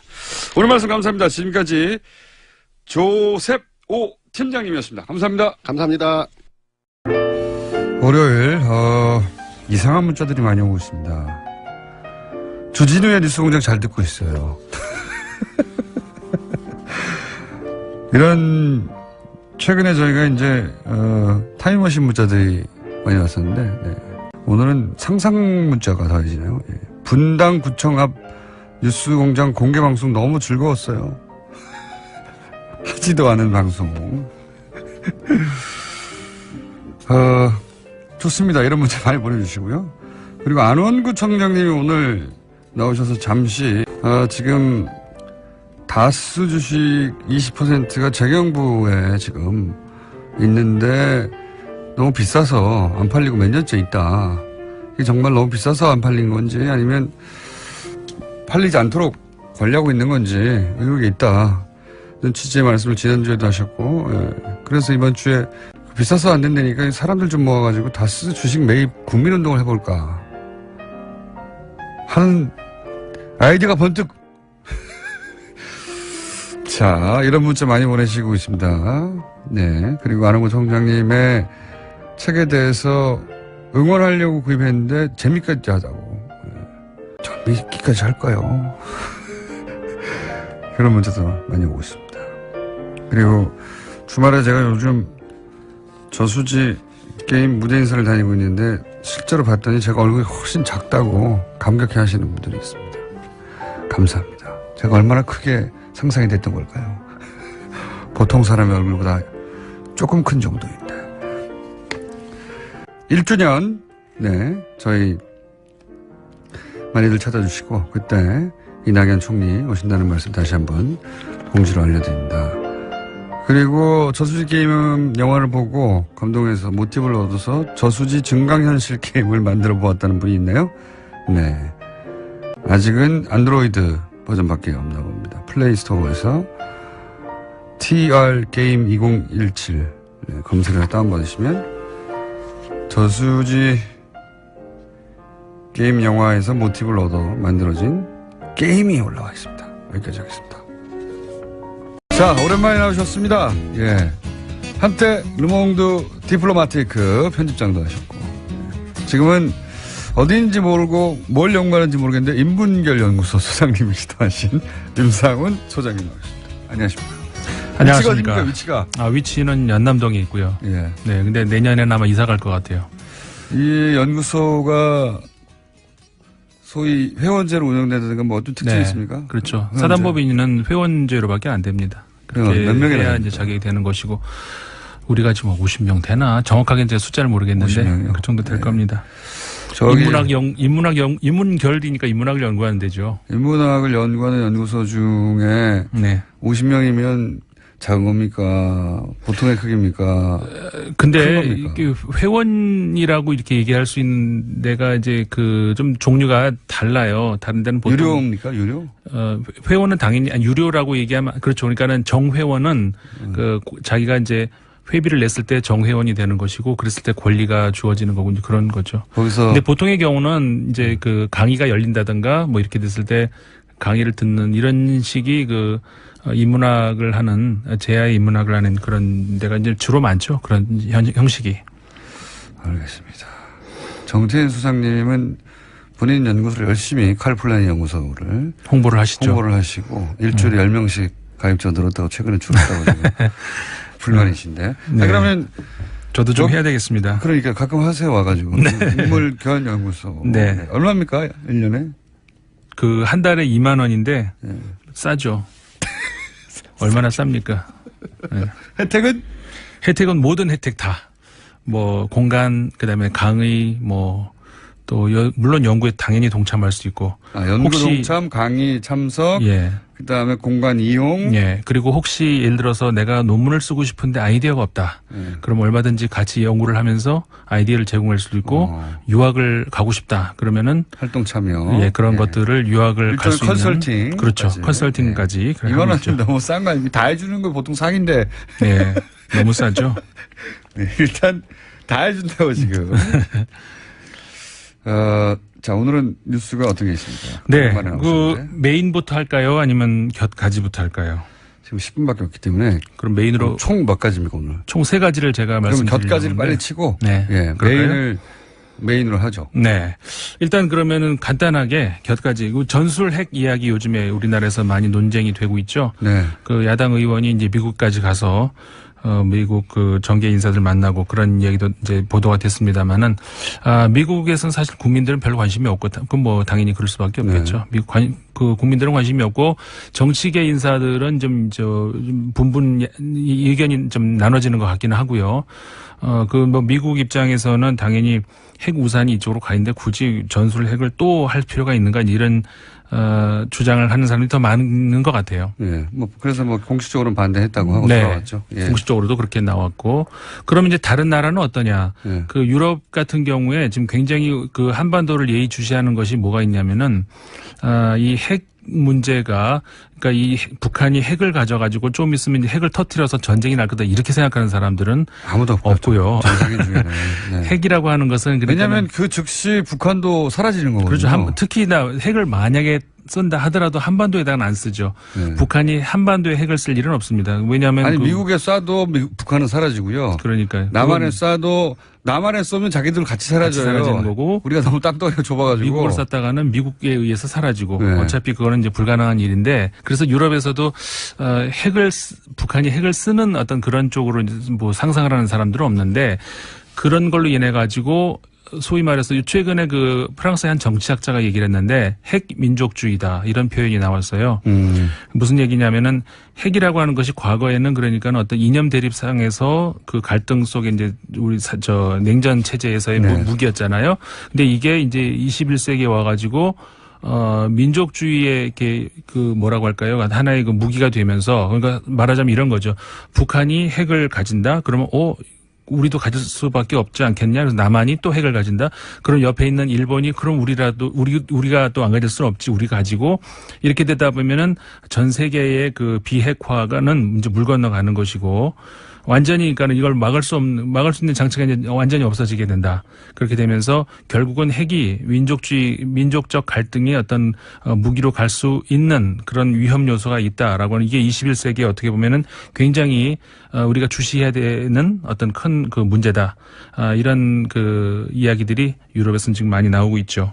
굉장히 좀 우려스러운 그런 시선으로 보고 있습니다. 전쟁이 날까 봐 우려스러운 것이 아니라 핵이 더 이상 확산을 막을 수 없는 그런 단계로 우리 지구촌이 네. 넘어가지 않는가 그런 우려를 유럽에서는 많이 하고 있죠. 여기서 물꼬가 터져서 이제 주변국들을 사실 일본도 핵무기를 개발하려고 하면 길어봐야 1년 이내에 가질 수 있는 정도 얼마든지 능력 있는 나라고 우리도 그렇게 할 수 있거든요. 네. 예. 그리고 일본이 기다리고 있을 거예요, 아마도. 당연히 사실은 저는 이 위기가 지나치게 과장되는 측면 중에 일본의 의도도 네. 그렇죠. 지금 아베 총리의 지지가 올라가면서 일본에서는 자기들이 당연히 키우는 건데 네. 트럼프 정부가 이렇게 띄우는데도 위기를 굉장히 띄우잖아요. 네. 북한 핵을 일본의 이해도 좀 반영됐다고 봅니다. 그렇습니다. 좀 과장하는 일부러 이용하는 그런 측면도 있는 것 같습니다. 우리의 보수도 또 이용하죠. 공포를 먹고 살아야 하니까 보수라는 게 기본적으로.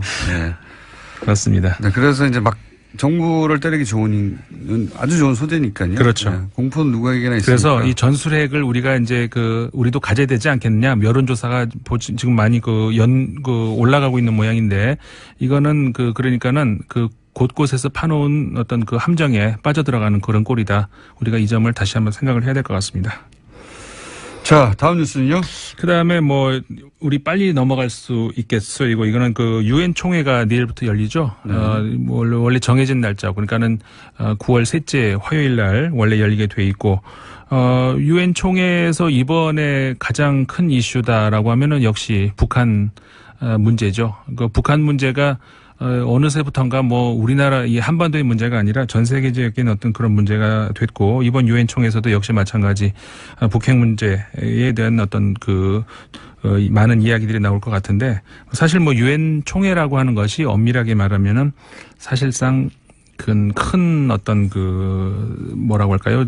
그 영향력이 있는 것은 아니고 그러니까 전 세계에 있는 아마 민주국가들이 참여하고 있는 많은 어떤 그 회의라든가 이런 거에서 거의 유일하지 않을까 싶은데 그 상임이사회보다 총회가 더 세력이 없는 더 권한이 없는 거의 유일한 어떤 단체가 아닌가 유엔이 일종의 학급회의 비슷한 겁니다. 예, 그러니까 이거는 저는 그렇게 봐 이게 외교냐 사교냐 어떻게 보면 이게 사교 무대 그러니까 지금 이거 문재인 대통령도 첫 이제 국제 무대에서의 어떤 그 다자 외교 틀에서의 어떤 무대가 될 것이다 이런 이제 큰 무대에서 마크롱 대통령도 마찬가지고요 프랑스에 그러니까는 어떻게 보면 이건 사교 무대라고 할 수 있는 유엔 총회에서 세계적인 문제가 해결된 적은 역사적으로 한 번도 없어요. 그렇죠. 네. 그러니까 사실상 그 유엔 안보리에서 다 결정된 것을 이렇게 하자라고 하면 그 총회에서는 그냥 그 좀 심하게 제가 얘기하면은 거수기 역할밖에는 하지 않는 그런 것이라고 할 수 있죠.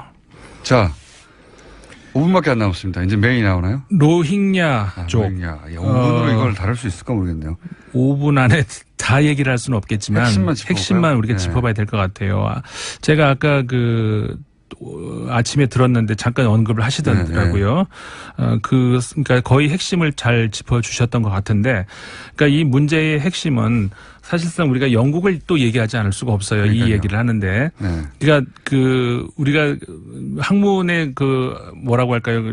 원천을 거슬러 올라가면 아리스토텔레스 만난다 이런 얘기 하는데 분쟁의 원천을 거슬러 올라가면 서구 제국주의가 나옵니다. 반드시. 꼭 영국이 나와요. 영국, 예. 프랑스, 서구 제국주의. 맞습니다. 이번에는 영국입니다. 예. 네, 이번에 근데 영국이 유독 많은 것이 뭐 우리가 그 서아시아에서도 네. 영국이 등장하고 얼마 전에 중국하고 인도 간의 갈등 우리 네. 보도가 됐었잖아요. 그것도 역시 거슬러 올라가면 영국이 아프리카도 나오고. 가면 영국이 등장. 네. 아프리카 프랑스가 좀 더 많이 등장. 이번에도 또 아프리카는 이제 프랑스가 많이 등장하는데 아시아는 또 영국이 많이 이번에도 영국이 또 등장을 하게 되는데 이 로힝야족이라고 하는 것이 어디서부터 문제가 됐느냐면은 원래는 그러니까는 지금 미얀마에서 벌어진 일이잖아요. 네. 미얀마와 같은 민족이라든가 언어를 쓰는 족이 아니죠. 네. 어떻게 종교도 구체하자면 벵갈족 그러니까 방글라데시아 쪽하고 좀 가까운. 근데 영국이 미얀마를 식민지를 하면서 소위 그걸 플랜테이션이라고 해서 그러니까 여기를 전부 이렇게 농사를 지으려고 하는데 자기들이 관리를 안 하고 로힝야족을 벵갈족에서 데리고 오죠. 예, 그래가지고 이주시켜서. 네, 그래가지고 이제 이걸 관리를 소위 말해서 내가 이제 사업을 하겠는데 매니저 역할을 이제 시키는 거죠. 그러면서 착취를 하게 되는 것이고 그러면서 이제 미얀마 그때는 버마였죠. 버마 사람들이 땅을 뺏어버렸죠. 그렇죠. 뺏어가지고 이민족한테 준 거예요. 당연히 버마 사람들은 그러니까는 원수가 됐죠. 로힝야족이 당연히 밉겠죠. 예. 그렇게 되면서 분쟁 갈등이 이제 그렇게 시작이 된 것인데 일단 용어부터 좀 정리를 해볼까요? 버마, 미얀마 뭐 하는데 원래 엄밀히 따지면 미얀마하고 버마는 똑같은 말입니다. 네. 그러니까 어원이 언어학적으로는 같은 말인데 원래 이제 버마라고 썼던 것을 미얀마로 바꿨는데 영국이 식민지를 하면서 다시 이제 버마로 이렇게 바꿨던 거죠. 그랬는데 영국 식민지가 끝나면서 다시 미얀마로 바꿨고 그러다 보니까 이해관계에 따라서 그리고 내가 어느 쪽에 초점을 맞추냐에 따라서 예를 들어서 영국은 자신들이 식민지를 했으니까 지금도 여전히 버마라고 부르고 있고 뭐 다른 나라에서는 또 미얀마라고 이제 왜냐하면 정식 지금 명칭은 미얀마니까 미얀마라고 부르고 미국에서는 미얀마라고 부르는 사람도 있고 버마라고 부르는 사람도 있고. 로힝야 돌아오시죠. 네. 명칭 너무 길게 갔습니다 지금. 그래서 로힝야 같은 경우에 이제 최근 문제가 되고 있는 것이 그 미얀마 안에서도 다른 그 소수 민족들이 굉장히 많이 있습니다만은 다른 소수 민족과 다른 것은 아까 말씀드린 것처럼 이 로힝야족 같은 경우에는 과거에 영국 지배 상황에서 어떤 그 매니저 역할을 했었다는 거죠. 그러니까 다른 소수 민족들은 당한 입장에서 있었다는 것이기 때문에 다른 소수 민족하고도 또 이렇게 다른 입장이라는 거죠. 그러니까는 최근에 와가지고 그 여러 가지 뭐 소수 민족들 사이에서도 갈등이 있었고 했었지만 그런 것들을 어떻게 보면 미얀마 정부가 좀 이렇게 방치했다고 할까요? 묵인했다고 할까요? 그러면서 소수 민족끼리도 갈등이 있었고 그다음에 다수 민족인 버마족하고도 갈등이 있었고 그런 상황에서 로힝야족이 결국은 견디질 못하고 방글라데시 쪽으로 넘어갔죠. 근데 방글라데시에서도 우리는 받아줄 수 없다라고 얘기를 한 것이고. 방글라데시의 경제 규모나 이런 걸 볼 때 이 정도 규모의 난민을 받아들일 수가 없는 거예요. 로힝야족이 사실은 그 전체를 따지면 전 세계에서 굉장히 220만 정도 된 굉장히 사실 많습니다. 그러니까 그 방글라데시 입장에서는 저는 영국이 받아줘야 된다고 봅니다. 그러니까 그 문제가 영국이 가장 큰 비난을 하고 있거든요. 네, 맞습니다. 이 문제를 잉태시킨 건 영국이에요. 영국이 이 지역을 식량 기지하면서 네. 그냥 원주민과 하면 되는데 자기들이 다루기 쉬우려고 미얀마에서 그 얘기가 나와요. 옆 동네 사람들 데려와가지고 이 나라 땅을 뺏어버렸거든요. 네. 그런 다음에 영국이 식민지 끝나고 돌아갈 때 이 사람들 자기 동네로 돌아갔으면 되는데 그냥 그 자리에 정착하게 했거든요. 그러니까 영국이 돌아갈 때 그 얘기를 분명히 했었어요. 그러니까는 이 로힝야족을 좀 잘 봐달라라고 그게 말이 됩니까? 했는데 그게 잘 안 되죠. 자, 요건 기원이고 그 이후의 이야기는 다음 주에 될 것 같습니다. 네. 지금까지 임상훈 소장님이었습니다. 감사합니다. 네, 감사합니다. 내일 뵙겠습니다. 안녕. 이게 트럼프가 이거 어려운 용어도 아닌데 하나도 이런 오보를 낸 것이 연합뉴스였으면 이게 대한민국을 대표하는 통신 아니에요?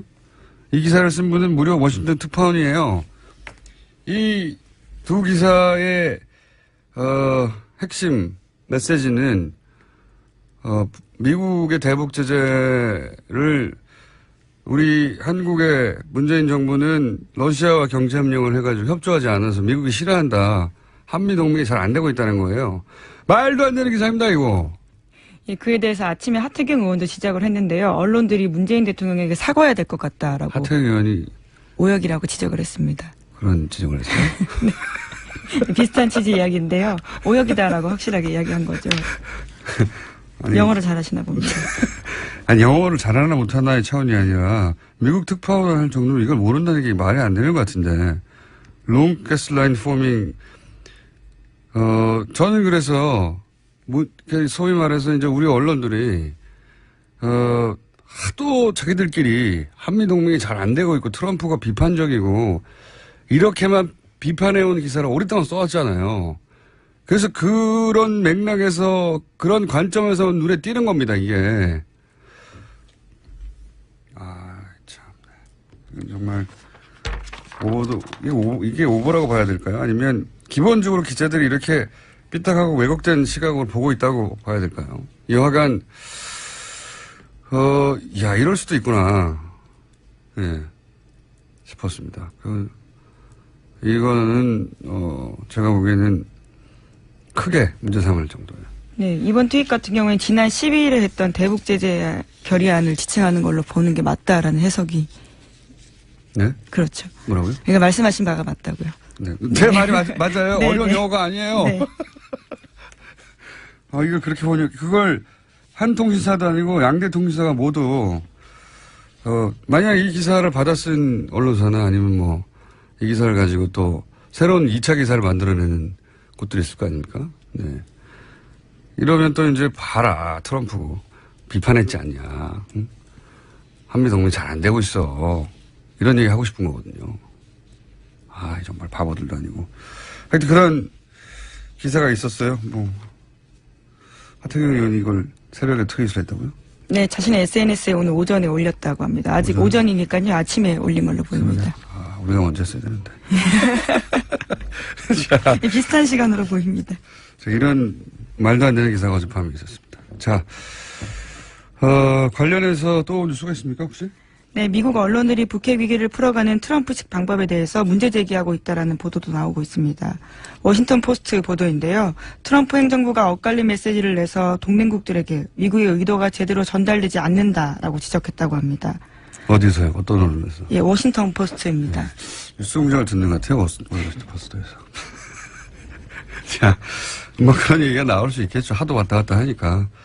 그게 문제가 아니고 저는 이 양대 통신사의 오보는 이게 그렇게 문제 삼을 정도라고 봐요. 이게, 문재인 정부를 비판할 거리가 없냐 하는 시각으로만 보지 않으면 절대 보이지 않을, 절대 하지 않을 실수라고 봅니다. 네, 길지 않은 트윗 멘션인데 민망한 오역을 한 거죠. 네, long gas line for me. 이걸 어떻게, 러시아란 단어는 하나도 안 나오거든요, 거기에. 예. 마음이 그렇게 먹어져 있으니까 이렇게 보이는 거죠. 자, 다음 뉴스는요? 네, 어제 문재인 대통령은 미국 출국을 앞두고 김명수 대법원장 후보자 인준과 관련해서 입장문을 냈습니다. 문 대통령은 사법부 새 수장 선임은 각 정당의 이해관계로 이룰 수 있는 문제가 아니라면서 조속한 국회 인준을 호소했습니다. 또 그동안 국회와의 원활한 소통이 부족했던 것 같다면서 유엔 총회를 마치고 돌아오면 각 당 대표를 모시겠다고 제안했습니다. 대통령 입장에서 이렇게 말할 수밖에 없죠. 예. 지금 인준의 키는 국민의당이 쥐고 있는데, 예. 지금 입장을 정확하게 내고 있지 않고, 과연 24일 전에 될지는 모르겠습니다. 지금으로서는. 자, 다음 주는요. 예, 이명박 정부 시절 국정원 블랙리스트 계속 알려드리고 있는데요. 이번에는 연예인 블랙리스트가 아니라 방송사 주요 간부와 PD들에 대한 블랙리스트도 나왔다고 합니다. 관련해서 문건도 자세하게 나왔는데 국정원의 문건 제목은 문화방송 정상화 전략 및 추진 방안 2010년 3월에 작성됐다고 합니다. 이 내용을 보면 국정원은 좌편향 인물과 문제 프로그램 퇴출, 노조 무력화, 민영화로 이어지는 3단계 장악 시나리오를 짰다라고 한겨레 신문이 보도했습니다. 제가 직접 겪기도 했어요. 예. 제가 MBC에서 상담 방송을 잠깐 한 적이 있거든요. 예, 이 문건에서 지적하고 있는 좌편향 인물로 꼽히신 거죠? 아니, 근데 거기에 이제 보면은, 소위 PD, 예, 일선 기자, 어떻게 관리할 것인가, 국정원에서. 안녕하세요, 김원준입니다.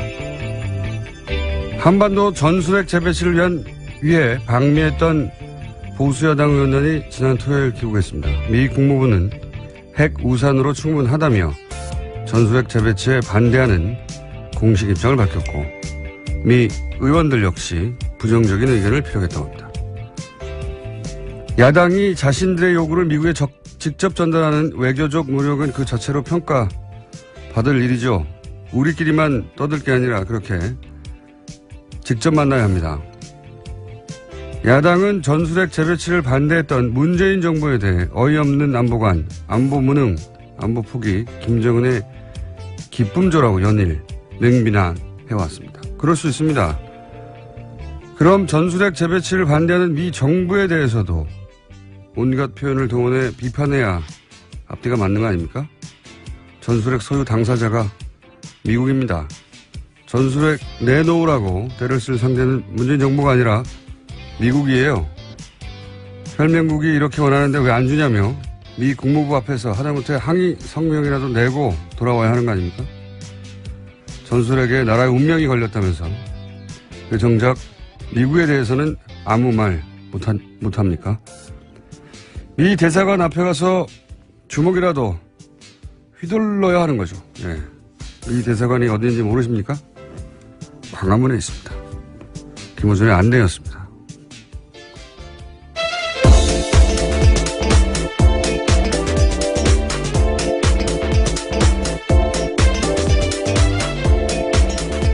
시사인의 김은지입니다. 네. 어때요? 월요일인데? 네. 예, 괜찮습니다. 어떠신가요? 안 좋습니다. 네. 힘내십시오. 자, 오프닝을 해봤더니, 예, 오늘 역시 한 두세 분 정도 바람이 있고 있는 것이 평상시와 똑같구나. 컨디션이 안 좋은 게. 자, 첫 번째 뉴스는 뭡니까? 네, 한미 양국 정상이 어제 전화통화를 했습니다. 북한이 지난 15일 미사일 도발을 감행한 결과를 규탄하는 대화를 나눴습니다. 양 정상은 또 유엔 안전보장이사회의 대북제재 결의안을 더 철저하게 이행하는 게 중요하다고 공유했습니다. 이번 통화는 문재인 대통령 취임 이후에 5번째이고요. 트럼프 대통령이 먼저 요청해서 성사됐다고 합니다. 먼저 전화한 건 처음이라고 하는데, 네. 이 관련해서 제가 어제 주말에 요새 제가 영화 무대 인사를 하느라고 바쁘거든요. 전수제 게임에. 그래서 어제 밤늦게 기사를 몰아서 검색하다가 이 통화 관련해서 굉장히 재밌는 기사를 봤어요. 뭐냐면 트럼프 대통령이 이제 트위터를 썼는데, 네, 그렇죠. 트위터를 쓴 건 하루 이틀이 아니고 하루에 한 언론의 보도에 의하면 평균 하루에 6개를 그렇게 써가지고 2시간마다 한 번씩 쓴다고 해요. 그러니까. 근데 요 통화 직후에 트위터를 썼어요 또. 그러면 우리 언론의 이제 취재 대상이 됐잖아요 보통. 취재 대상이라보다는 중계 대상이 되는데 특이한 기사가 눈에 띄어가지고, 예. 긴 가스관이 북한의 형성 중이다. 유감이다. 이렇게 트위터를 썼다는 거예요. 그러면서 해설이 통화를 했는데 문재인 대통령이 러시아를 방문해서 한국, 북한, 러시아 가스관 사업 부상 이거 밝혔잖아요. 거기에 대해서 트럼프가 비판했다는 겁니다. 미국이 경제 제재하는데 한국이 북한 우방인 러시아와 협상하는 것을 트럼프가 싫어한다. 이런 해설과 함께. 똑같은 논조, 이게 이제 연합기사예요. 똑같은 논조 기사가 뉴시스에도 있더라고요. 그러니까 이 가스관 사업 부상에 대해서 트럼프가 유감이라고 했다. 그 이유는 똑같습니다. 한국이 러시아, 북한과 경제 협력하니까 트럼프가 못마땅해서라고 이렇게 표현했거든요. 이게 이제 그 조그마한 군소 인터넷 언론사가 아니라 한국을 대표하는 통신사예요. 연합과 뉴시스에서. 아무리 봐도 이럴 리는 없을 것 같아요. 이게 아무리 트럼프가 무례하고 자충우돌 하지만 러시아 사업권을 놓고 비판하는 건 말이 안 되거든요. 본인이 러시아가 얼마나 가까운데요. 그래서 원문을 찾아봤더니 트럼프가 쓴 것은 Long Gas Line Forming이에요. 이게 이제 주유소의 길을 길게 섰다는 얘기거든요. 주유소 앞에. 그러니까 미국에서는 휘발유, 그러니까 주유소 가스 스테이션. 이게 미국 경제 제재로 북한이 물자가 부족하다는 표현이거든요. 일종의 비꼬는 표현이죠. 네, 그러니까 북한이 안 됐다라는. 그 주유소 앞에 북한 주민들이 줄을 길게 섰다는 표현인 겁니다. 그러면서 투배드라고 했는데 이걸 우리 언론에서는 긴 가스관이 북한의 형성 중이어서 유감이다. 이렇게 번역을 해서 이 말도 안 되는 북한이 물자 부족을 겪고 있는데 쌤통이다. 하고 자기가 한 북한 대북 경제 제재를 자랑하는 거예요. 문건이 나왔다는 거잖아요. 제가 그 상담 방송을 진행하고 있었는데 그 상담 방송 담당 PD가 방송을 하던 도중에 갑자기 딴 곳으로 보직 발령이 났습니다. PD 한 명이었는데.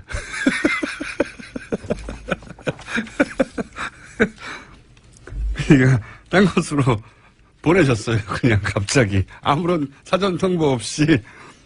예. 그리고 없었어요. 프로그램이. 예, 제가 겪어봐서 압니다. 예. 이게 사전에, 예, 인사를 할 때 보통 이제 알게 됐잖아요. 회사 내에서 내가 어디로 간다. 혹은 본인이 원하는 곳으로 가기도 하고. 그리고 방송에 연출 PD가 한 명인데 그 PD를 딴 데 보내면 어떻게 합니까? 방송이 어떻게 됩니까? 갑자기 보내버렸어요. 예, 그런 일들이 실제로 정말 2010년부터 지금까지 일어났었던 거죠. 갑자기 보내고, 예. 그분은 그 다음에는 이제 PD가 아닌 일을 했죠. PD였는데, 지금 웃습니다만은. 그리고 이제 프로그램이 없었습니다. 그 문건대로 진행됐다는, 게 사실이고 실제 경험하기도 했다. 이야. 자, 다음. 저희 오늘 게스트가 많거든요, 오늘. 네. 복잡합니다. 예, 빨리빨리 전해드리겠습니다. 네, 빨리빨리 하죠. 이명박 정부 시절 국정원이 5.18 민주화 운동가 김대중 전 대통령을 비하하는 글과 사진을 인터넷에 올린 정황도 포착됐다고 합니다. 이것을 올린 사람은 김여진, 문성근 씨의 합성 나체 사진을 올린 사람과 똑같은 아이디라고 하는데요. 구글 인터넷 사이트에서 주로 쓰는 호남 비하 발언과 5.18을 폄하하는 발언을 썼다고 합니다. 지역 감정을 대단히 적극적으로 그때 활용했었어요. 예. 근데 이런 뉴스들 계속 얘기하지만 꼭 앞에 MB 국정원이라고 토를 다는데 박근혜 국정원은 MB 국정원 시절에 이렇게 성공적이었던, 되게 안 느껴잖아요. 그리고 자기들끼리는 실제로 성공적이었다고 뭐 자축도 하고 했다지 않습니까? 그걸 왜 박근혜 국정원 시절에는 안 했겠어요? 예. 자꾸 MB 국정원이라고 한정하는데 박근혜 국정원 시절에도 동일한 일이 계속 있었을 거라고 저는 추정하는 바입니다. 그런 뉴스가 이제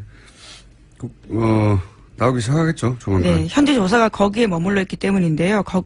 박근혜 정부 국정원까지도 올라갈 예정이라고 합니다. 알겠습니다. 그래서 문성문 씨가 일베 정권이라고 했었죠. 예. 그런 사진들은 일베에서만 나온 줄 알았더니 국정원을 직접 했다고. 예. 네, 그래서 국가정보원개혁위원회가 일베로 대표되는 극우 사이트에도 과거에 국정원이 돈을 댄 적이 있는지 조사하기로 했다고 합니다. 그런 뭐랄까요, 추정들 많이 했었죠. 예. 그리고 일베 유저들을 국정원에서 실제 초대해가지고 강연도 했었어요. 시계를 줬다라고 해서 예. 인터넷에 올라왔던 것도 본 기억이 납니다. 단순히 근데 그런 식으로 이제 격려하는 차원이 아니라, 예. 뒤에서 지원도 했느냐. 거기까지 조사가 이루어져야 될 사안이라고 보고요. 예. 제목 정도 읽고 끝내야 될 것 같습니다. 네, 방글라데시 당국이 미얀마에서 국경을 넘어온 로힝야종 40만 명에게 이동 금지 조치를 내렸다고 합니다. 복잡한 뉴스인데, 예, 로힝야족 뉴스 계속 나오는데 저희가 오늘은 4부에서 국제뉴스에서 이 사안을 다루겠습니다.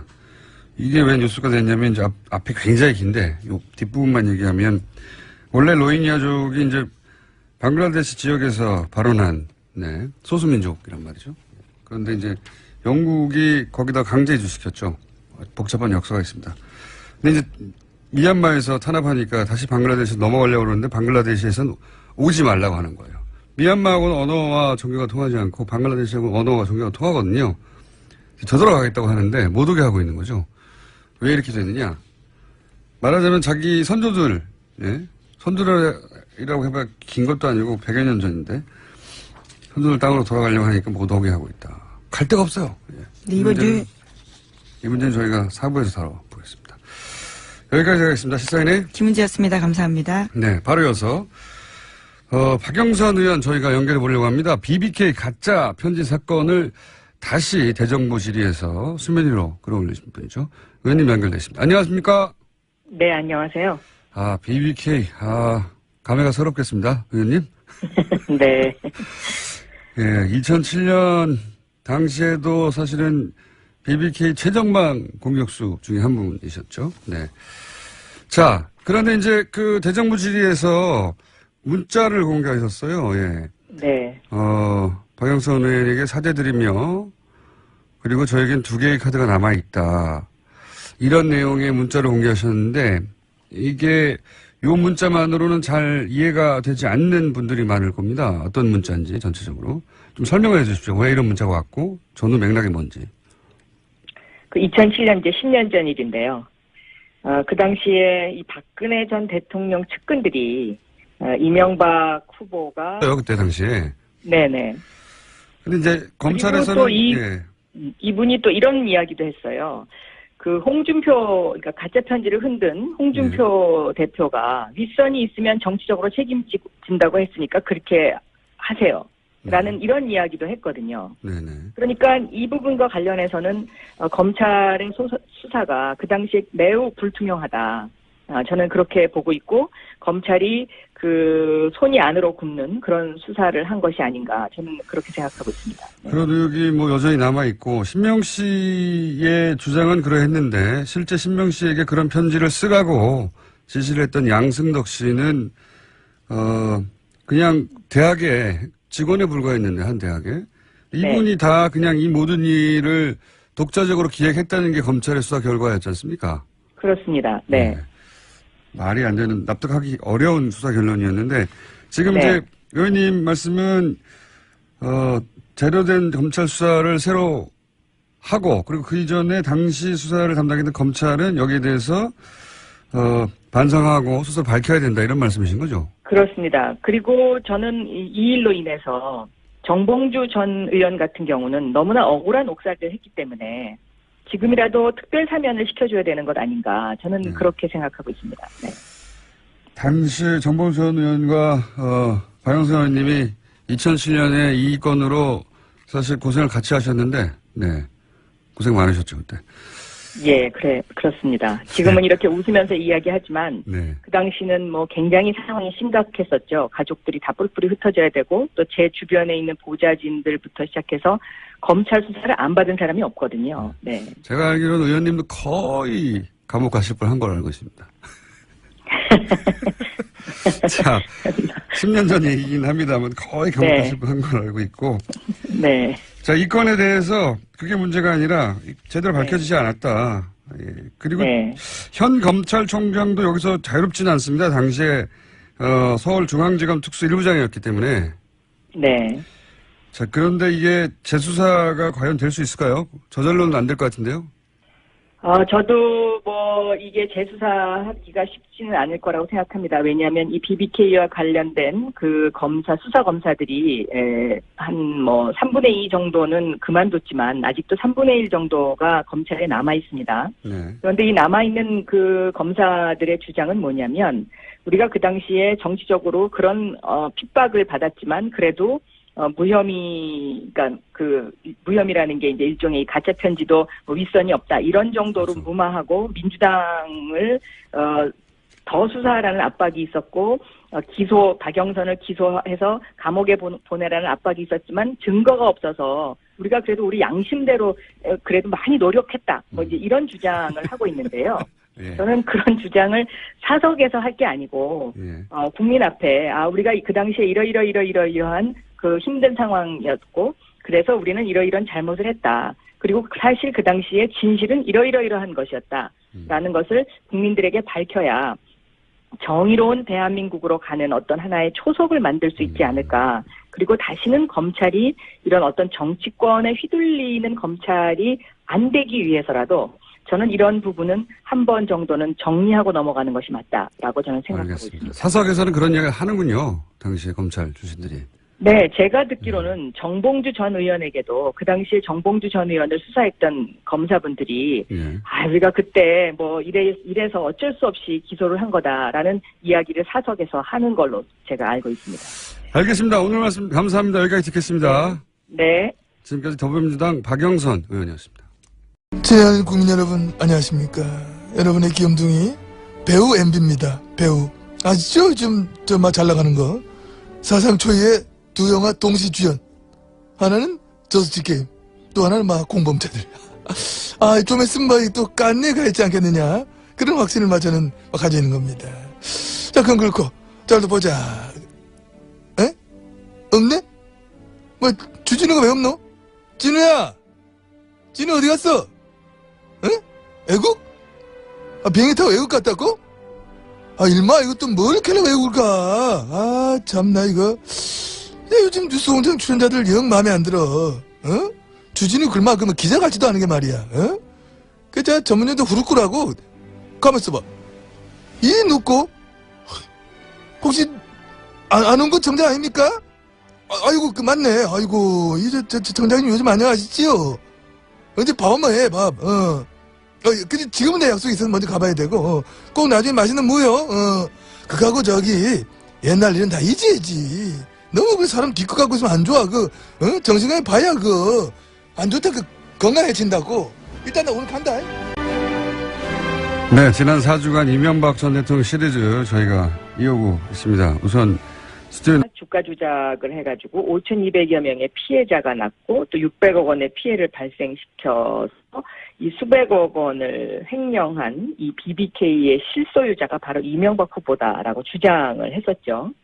그런데 이 실소유자 문제가 나오니까 이제 이명박 후보께서 나는 실소유자가 아니고 피해자다 이런 이제 주장을 하면서 김경준이 실소유자다 이제 이렇게 계속 주장을 하면서 그 선거를 버텼는데 네네. 이 김경준이 이제 실질적으로 입국을 하게 되지 않았습니까? 네. 미국에서 입국을 하니까 이명박 후보의 지지율에 이상이 생겼어요. 네네. 그러니까 그 당시에 한나라당이 이 민주당이 이명박 후보에게 타격을 주기 위해서 김경준 씨를 국내로 데리고 왔다라는 기획 입국서를 주장을 하게 됐고, 그렇죠. 예. 그 주장을 뒷받침한 것이 바로 BBK 가짜 편지였습니다. 맞습니다. 그런데 이 가짜 편지를 흔든 사람은 바로 당시에 그 홍준표 클린정치위원장이었거든요. 네네. 근데 이 홍준표 클린위원장이 이 가짜 편지를 흔들면서 민주당과 김경준의 발언이 거짓이고 오히려 이것이 문제가 있다. 뭐 이런 식으로 이제 이걸 뒤집어 씌우려고 하는 하나의 일종의 그 선거에 당선될 목적으로 어떤 사건을 조작한 이 조작 사건이었습니다. 이죠. 맞습니다. 네. 그런데 3년 3개월 후에 이 편지의 실제 작성자가 나타나서 기자회견을 하면서 네. 이 편지는 이명박 전 대통령 가족과 측근의 부탁으로 날조됐다. 이렇게 이제 기자회견을 하면서 그 후에 저한테 죄송하다는 문자를 보냈고요. 이분이 저한테 이제 그 죄송하다는 문자를 보낸 이유는 이 BBK 가짜 편지 사건으로 제가 이제 엄청나게 고통을 당했었거든요. 검찰이 저를 중심으로 한 민주당이 이것을 기획했을 것이다라는 어떤 그 각본을 짜놓고 제 주변, 저를 비롯해서 제 주변에 수사를 엄청나게 했었습니다. 네네. 그런데 이제 이게 사실이 아닌 것으로 밝혀진 그런 사건이었죠. 네. 그때 이제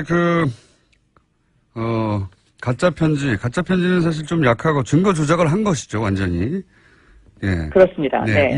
있지도 않은 민주당이, 어떤 조작을 했다고, 그 조작을 했다고 주장을 하면서 검찰은, 정봉주 전 의원을 갖다가, 또 기소를 하고 또 정봉주 전 의원이 이 BBK 사건으로 인해서 실형을 살게 되고 네. 이런 이제 억울한 일들이 지금 계속 벌어지게 된 거죠. 그렇죠.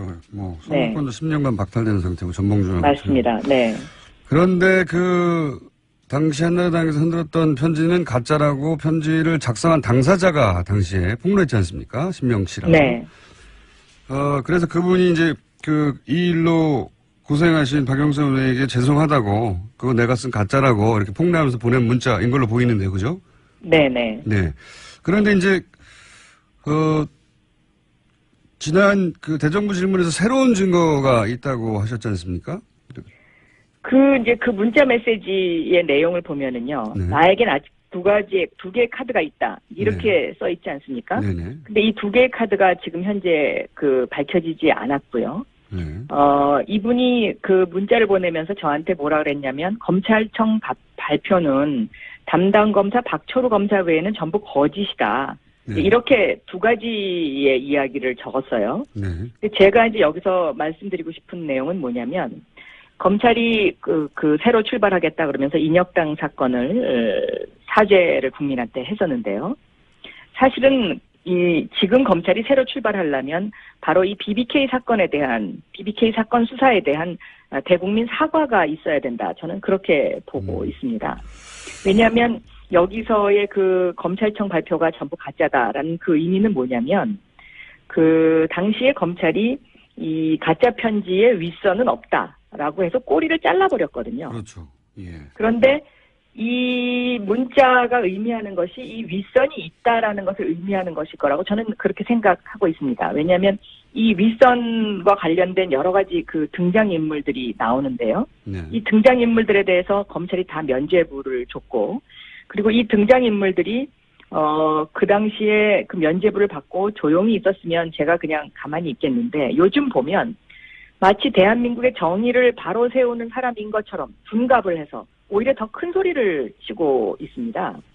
그렇기 때문에 저는 이 부분과 관련해서는 검찰이 재수사를 하고 국민들에게 사과를 해야 되는 것 아닌가, 저는 그렇게 생각하고 있습니다. 지금 말씀하신 당시에 신명 씨가 자신에게 네. 편지 조작을 지시했던 사람, 그리고 관여했던 사람이라고 밝힌 인물들이 이명박 대통령의 형인 이상득 씨, 네. 그리고 최시중, 그리고 이명박 특보 당시에, 그리고 김병진 특보. 예. 네.